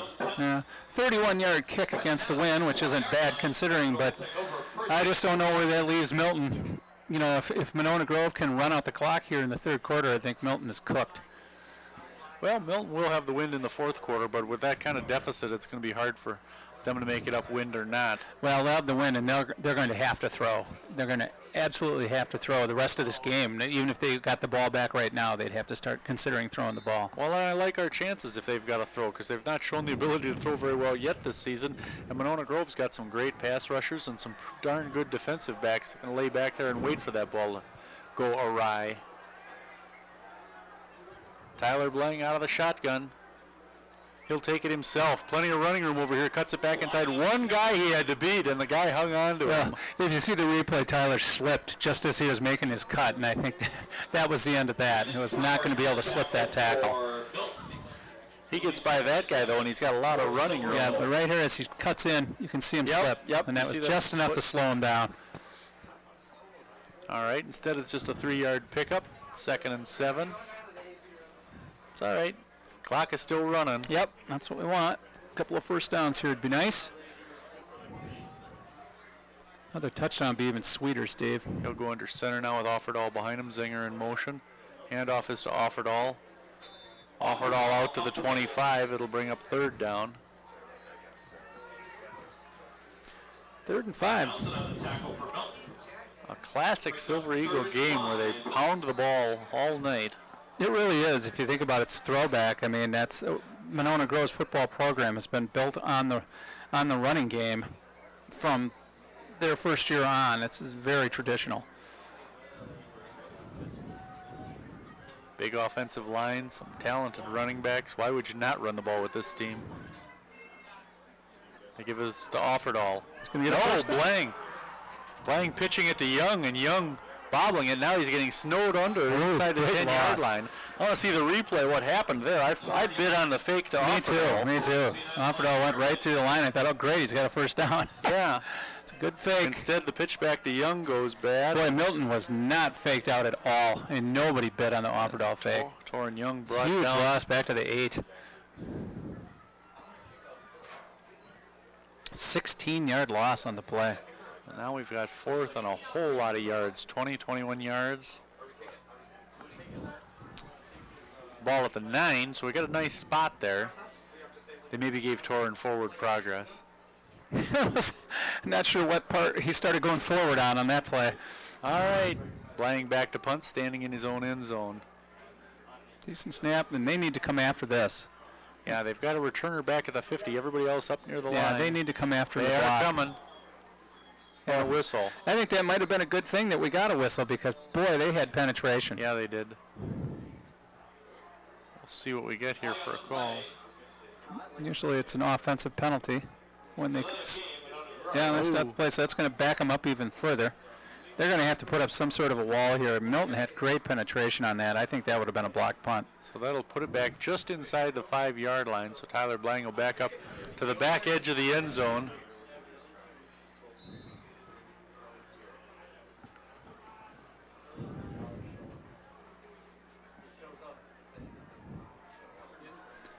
All right, we'll do this again. Fourth and forever. Blang ready to punt it away. Has the wind with him. There he gets a nice kickoff. Gets it up into the jet stream. Milton will let it bounce and it'll go out of What a bounds. mistake. What a mistake by the returner there. Yeah, he cost himself 20 yards by letting that bounce. That was a big mistake. So the great field position for Milton anyways as they get it near the 45, but he would have been well inside of MG territory. Reported to the press box. Yeah, that was ended up being a 49-yard punt. You have lost your key on the number Coming into the game, Tyler Blang was averaging just under 31 yards a punt. box. Thank you. The wind might have helped a little there, but the roll helped The even roll more. helped even more, that's for sure. The ball on the 46-yard line of Milton where they take over first and 10. A minute 24 to play in the third quarter. They got 3 wideouts to this side. They hand off Yeah, nowhere. and probably even lost a yard on that one. Still up. Let's see where they mark it. Brought down by I think he got to the 45, but no more. So a loss of 1 for Horde on that play. So down by 29 points, they're running the ball into the line. Yeah, they're against the wind. I think they're probably hoping to get a first down and get turned around and be able to throw the ball. We'll see. But as you say, Milton's passing game is not exactly a wide open passing game, so they probably don't have a short game to throw against the wind. Westrick rolling out across the 50, has some running room now across the 40-yard line and a first down. Tackle was made by Livesey. Livesey is down.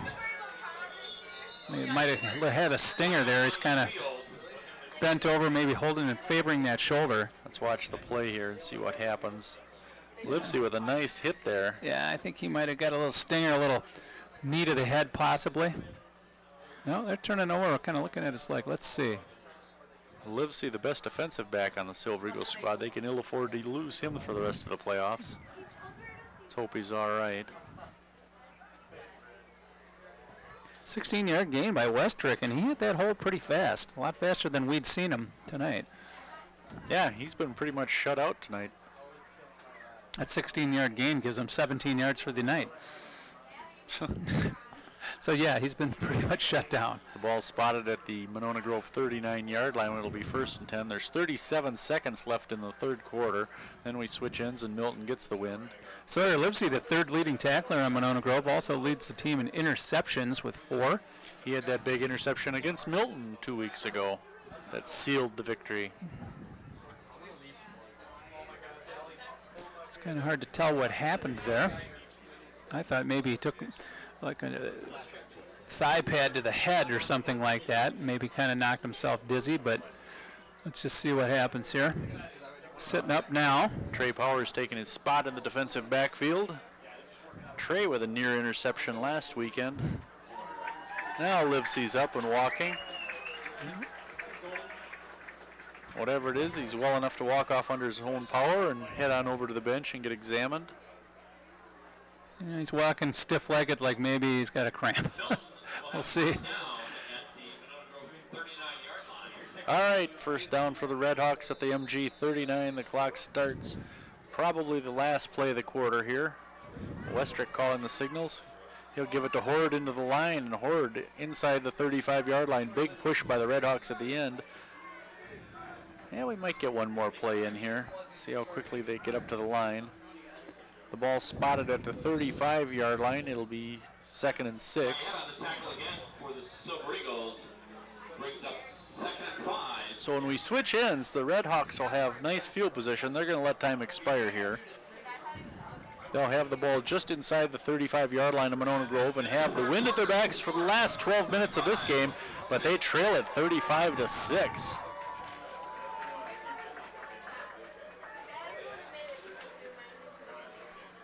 Well, Bob, at what point, or is this the point now where Milton starts to accelerate their offense a little bit? They seem content to run some safe plays there. This is the point. They got to start going now. They have one quarter and they're down 29 points. I'm trying to think the last time we saw Monona Grove give up 29 points in one quarter. That may be never. Let me look at this year's stats. No, I don't need to. Even back in their lean years, I don't think we ever saw them give up that many points. Well, and this is a pretty tough defense.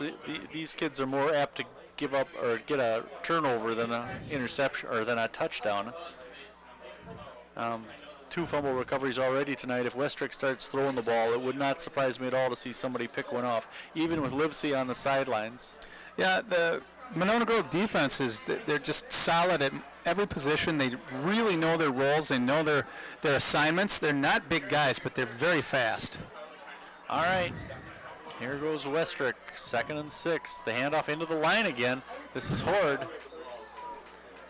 And Horde appears to have the first down. Brought down by Zach Quam.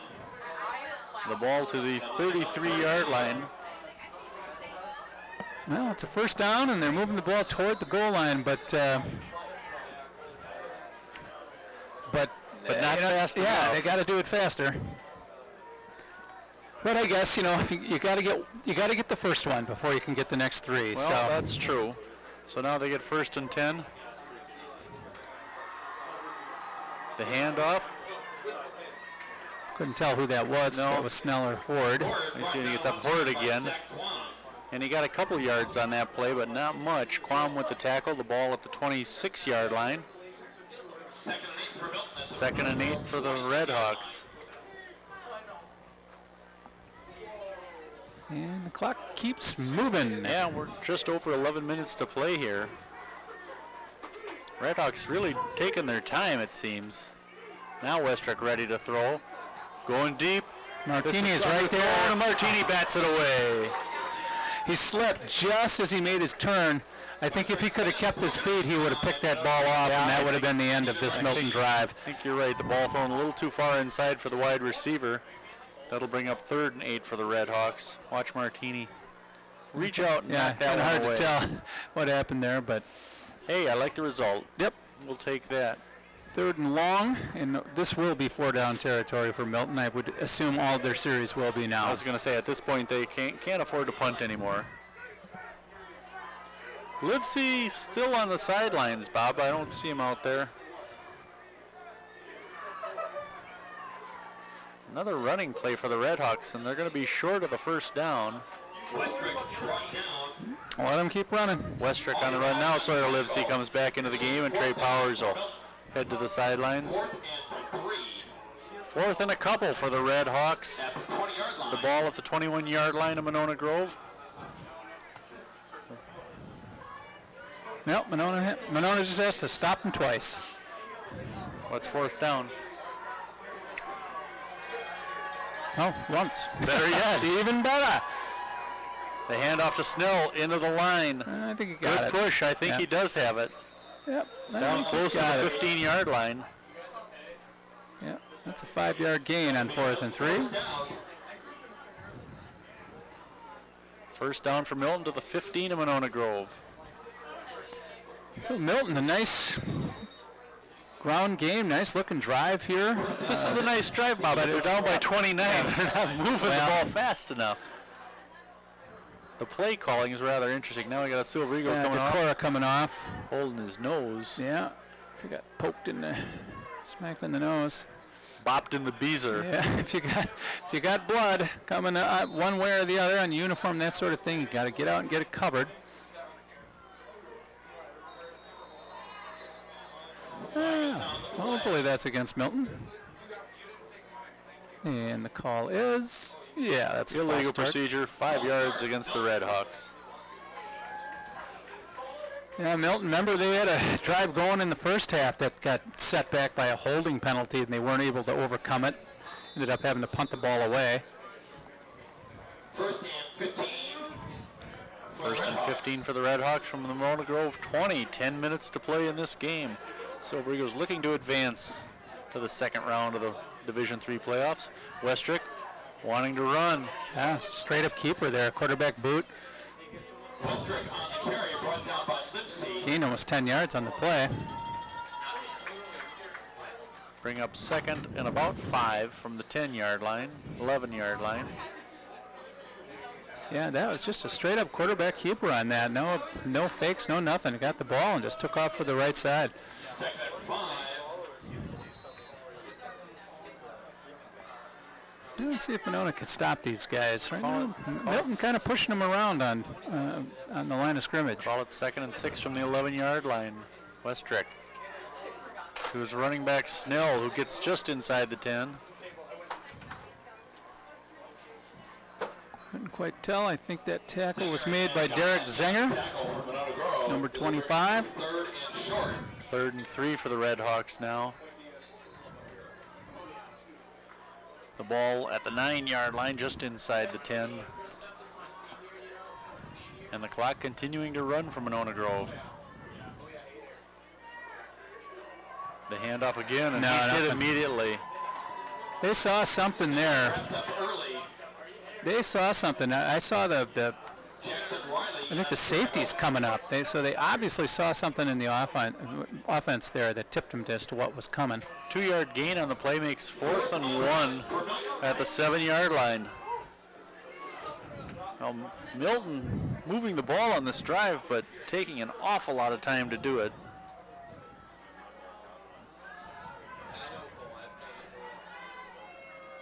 Westrick calling the signals. He'll give it to Snell again. Let's see if they got him. They're going to mark it. It's going to be close. Now on the carry. Lippiett. Let me see. Brock Offerdahl getting up off the pile. Wong in on the tackle. Looked like they tackled the football and pulled him back. Right there. Who was that grabbed the football? That was number 15, Jackson Riley. Very close. And the officials will measure. Like very close. Unless that ball's touching the 15, they might not get it. Yeah, I think they're going to be a little short here the way it's placed. And granted, we're a long ways from the ball, but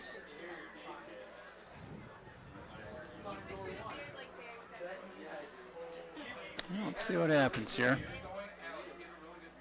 I don't think they got it. Nope. They're short. MG ball. Let's see how they The got it. officials haven't signaled yet. Oh, No, first down they call They it. look short to Close. He me. got right down, put his face up to the ball to check that one out. Well, all right. First and goal from the 10. Or maybe just outside the 10. Oh, wait, that's the 5. 5-yard line, but they still only have 8.5 minutes to go in the game, down by 29. Even if Milton scores here, it's just going to be too little too late. Monona Grove looking to advance and taking on the winner of Edgerton and Jefferson.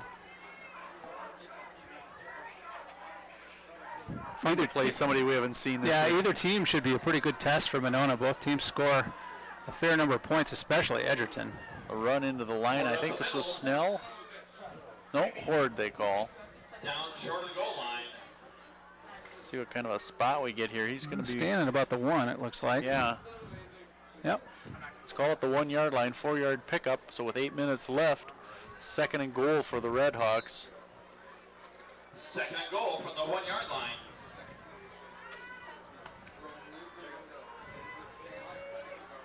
Westrick tries to sneak it in, I think he's in. Yep.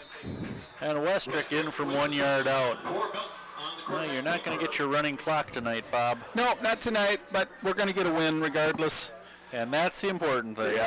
That's exactly right. And Monona actually looked pretty good tonight getting that win. Yeah, I was really impressed with both the offense and the defense tonight. That was a nice drive, though, by Milton. I mean, it was just a grinded-out drive. It's not going to get it done as far as winning the game, but it just was a good-looking piece of work. They're going to go for 2. Westrick, the pitch to Snell, and Snell No. stymied. Oh, I can't use that twice. Yeah. This time, then you're going to have to just put it to bed for the night. Yeah. Wake it up again next week. Wait, let's hopefully Hopefully we get a game here we'll next be week. here next week and Yeah. get to stymie. Otherwise, we might have to make a trip. Edgerton. Might have to make a trip, Steve. I don't know where we'd be going if it's in between here and Edgerton. No, if it's Edgerton, we'd play here. If it's Jefferson, we'd probably travel to Jefferson.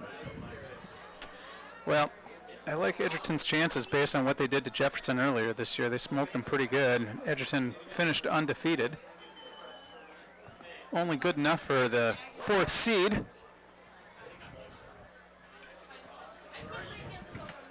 $7.44 left in this one. See, Elkhorn's in that other bracket, huh? Yeah, we've been down to Elkhorn a couple times. Yeah, for we've seen games. Elkhorn play a few times. They actually beat Monona Grove up here the last time they came up. First win of the series for Elkhorn. I remember that year. They started the year 0-4 that year, but they did end up making the playoffs. But they went out in the first round. Monona did. And that was, I can't remember how many years ago that is now. That's probably about 7 years ago. It might have been 06 or so. Time flies. All right, the MG Hands team out there is undoubtedly Milton will do an onside Yeah, kick. if they kick it deep. I mean, if they kick it deep, they've obviously given up. God, you'd hate to think your coach was giving up on you. I mean, granted, there's less than 8 minutes to play here, but boy, I'd want to fight to the end. Oh, and win the absolutely. game. 7:44 here, and, you know, stranger things have happened, I guess. All right, Milton bunched up here. Now they'll spread out.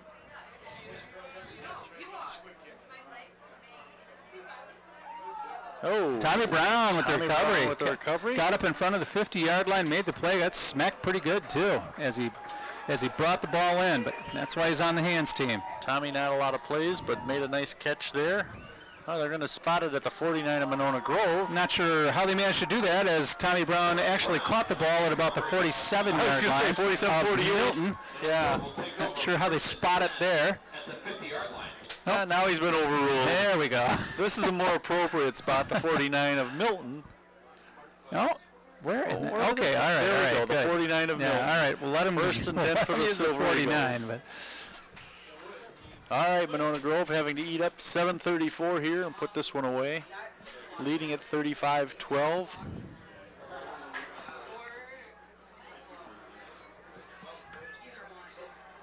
all right. Well, I doubt we'll see any more passing from Monona Might tonight. see a steady diet of Brock Offerdahl or Tyler Blang as Tyler fights his way to the 42-yard line. Flying on the keeper. Got about 7 or 8 yards on that play. Let's call it 7. Let's call it 7. Second and 4 for the Silver Eagles at the 42-yard line. Second and 3 from the 42. Boy, that wind is really blowing now.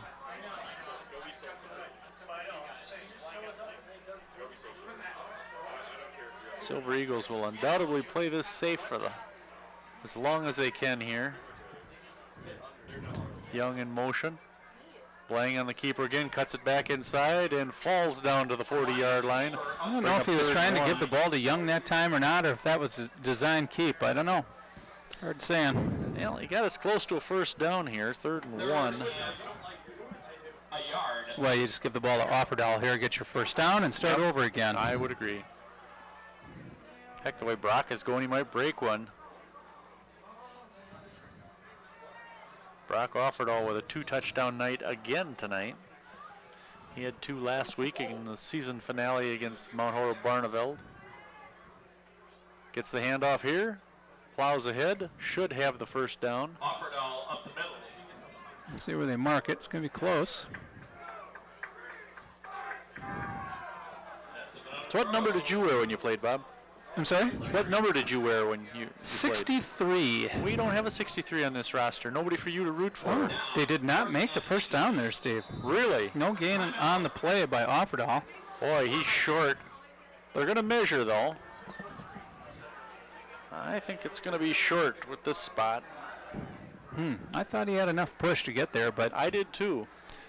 regardless, they will go for it and get it. Yeah. If they haven't gotten it on this play.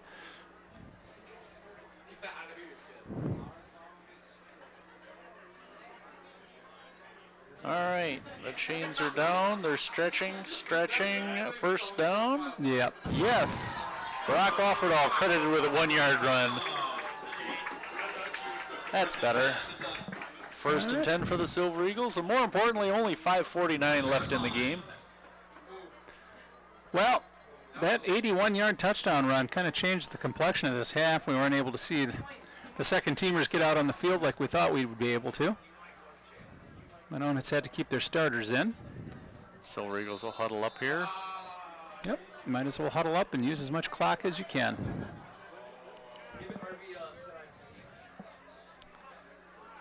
Now you'll watch Tyler wait for that signal from the back judge before he snaps this ball. Offerdahl, the fullback behind him.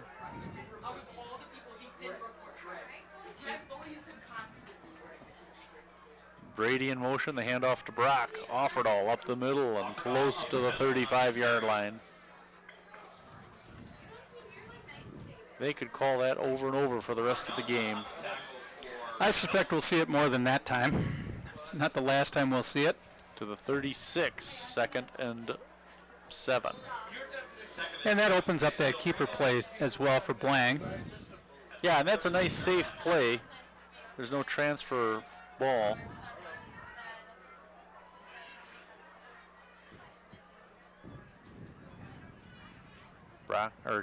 Tyler just letting the clock tick down a little. Young with the pitch. Got to stay in bounds. And he gets inside the 35-yard line, getting a couple yards on that one. Brought down by Jared Weberpal of Milton. Brings up 3rd down for the Silver Eagles. 2-yard pickup for Young on that play, 3rd and 4 now.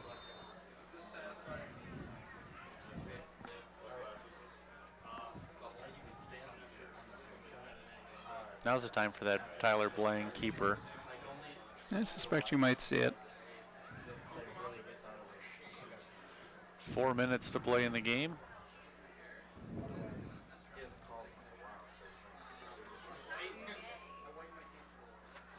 Nope, Offerdahl again.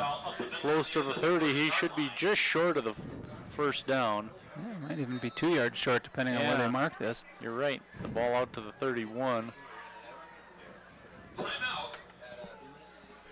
Timeout Milton. 4th and 1. Well, they haven't completely given up yet. Although they certainly could be excused for doing so with a little less than 4 minutes to play and down by 23 points.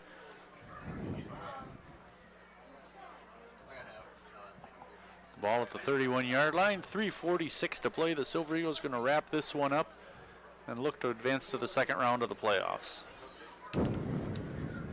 Yeah, I like the chances with the bracket that we're in. Although, that semifinal game before going to Camp Randall, it's going to be a tough one. I'm guessing we'll get either Reedsburg or Lodi. And they're both tough. Yeah, Reedsburg, that would be challenging. They don't throw the ball much, but they sure run the ball effectively. And they run that, they call it the flex bone up there, but it looks a whole lot like the old Oklahoma wishbone from back in the 70s. Doesn't Edgerton have that kid that's leading the state in rushing? Yeah, he's got like he's run for 1,900 yards. Yeah. That'll be fun. Should we see him next week? Hopefully we'll see him right here. All right, here we go. 4th and 1 for Monona Grove. Blang on the keeper. Nobody covering him, and he's going to go in and score. 31-yard run for Tyler Blang. his first score of the night. Boy, on 4th and 1, they ripped that one off and made it look easy. Wow. I do not know what happened to the rest of the defense here for Milton, but they just got completely boxed inside, and their cornerback came in running. He just totally bit on the fake. Just left his position wide open, Blang for the touchdown. And that puts Blang, by my count, over 100 yards tonight. Excellent. All right, Drew Shukart to attempt his 6th extra point tonight and put the Silver Eagles up by 30. The kick is up. 42 to 12. Score with 3:39 remaining in the game is Did you want to say it, Bob? 42. No, I'll let you. There's your dagger.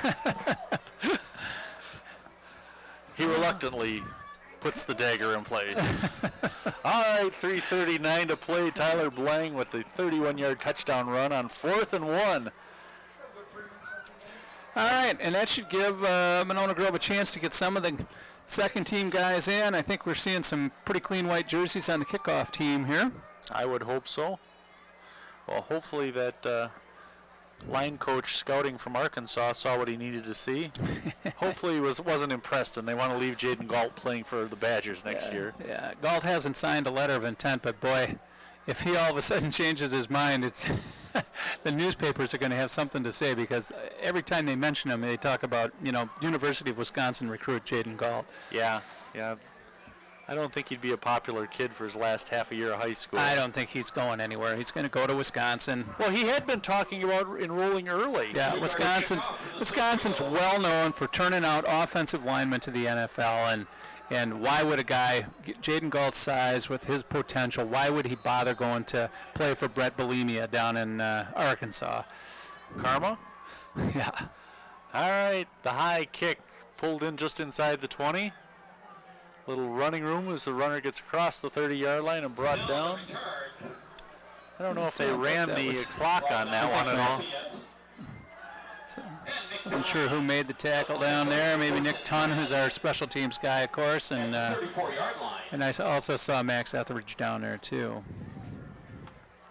All right, lots of defensive replacements out there now, Bob. Yep, we'll try to get the names to you as we can. I see Nick Tunn on the defensive line.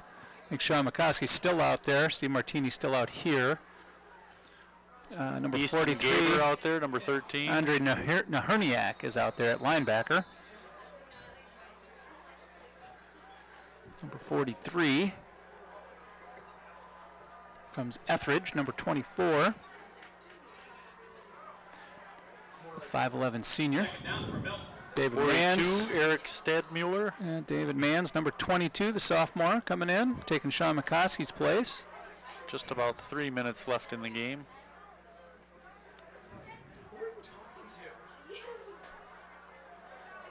The handoff to Snell, and Snell across the 40-yard line. Bring up 3rd and 3. Alex Krieger credited for the tackle for the Silver Eagles. I'd like to see Milton run a few of their second-team guys in here, too. Obviously, they're not going to win this game, and once again, it only helps your numbers next year to get as many kids on the field on Friday night as you can. Elijah Eisenberger coming off, one of our cornerbacks. Jacob Carnes out in his spot. Westrick handing off again and stopped short. This is going to bring up 4th down. Snell about a yard short of the first down. Yeah, Nick Tunn with the tackle there. It'll bring up 4th and 1. Alex Kruger, number 44, the 5'7" junior out there as well.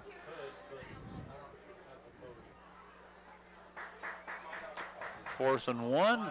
Milton will go for it. Just playing out the rest of the game now. Right, we're under 2 minutes. No reason to stop the clock. Milton gets a push, and we got a flag late here. Down.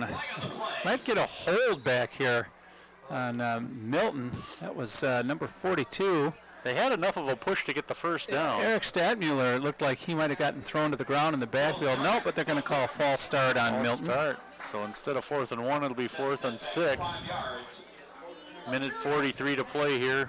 no sense in doing anything but run the ball again. Yeah, Milton didn't get much of a push on that quarterback sneak. He might have had enough for a first down. It was very close. Now Milton bringing their punting team out because you can never practice punting enough. That's where you build your team for next year. Especially when your season is just about over. I'm not sure what this is all about. All right. Monona doesn't even put a man back, because why? Yeah, they're in their base defense. Ooh, almost blocked there by number 8, Joel O'Donnell. The ball going out of bounds. The Silver Eagles have the ball near their own 30-yard line with 1:21 left, and the second unit will trot out there. Right. Bryce Rademacher out on the field, 75. Bernardi out Ross there. Guyette, Number 81. Number 51. 51. Yeah. Kyle Winke, 5'10" 43 senior. out there. Andre Naherniak, 80. Tim Miller. Tim Miller. Yeah. And Jackson Jack- Riley will probably take a knee. I'd really like to see Naherniak get the ball. He's been pretty exciting the couple times he's carried. He's just a freshman. Well, I don't see any reason other than to take the snap and take a knee. That's it. Yeah, 3 knees and we're out of here with a 42-12 victory. Rademacher split out wide this side. Riley with the handoff. Well, they did hand the ball off. That surprises me, I honestly. didn't see who got that. Jackson Riley in at quarterback. Yeah, I missed who got the carry there. 78 coming into the game, Isaac Allen. Danny Button's still in the game. Maybe he's going to be coming out here. Yep, here he comes. 24, Max Etheridge coming in.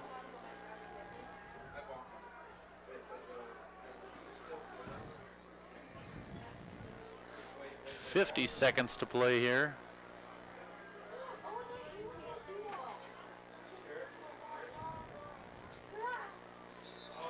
No, whistles, flags, Gonna be an off. guys waving arms. Yeah, they're going to call a false start. Thought maybe they'd get him for delay again. They did take their time getting up there. Back 5 yards. Who cares? Take a knee. Let's get this game done with. Jeez. 38 seconds left. It's 42-12 actually. Yeah, we have the wrong score across our television set here, our monitor. So it is Maybe I should 42 change to the 12. channel. Maybe to channel 12. All right. Now it looks like Jackson's just going to kneel Hey, down they, on one. they fixed it, Steve. Thank you. I feel much better. There's the knee, and There's that's the be done knee, with and that'll this. do it. The Yep. Silver Eagles will advance to the second round of the playoffs, and hopefully we'll be back here next week against the Edgerton Crimson Tide. I'm planning on being here next week. Let's just plan on it. Let's you and I come even if they're not here. That's right. We can watch it on the big screen. Yeah, on the big screen, on the Clemento Vision. That's right. All right, well, thank you very much. If we're not back here next week, it's been a pleasure bringing you Silver Eagle football. Steve Martinelli alongside the Boomer, Bob Schmuck, a 42-12 MG victory. This is getting to be a habit for us, Bob. We're going to do this every season. Thanks. Good night, everybody.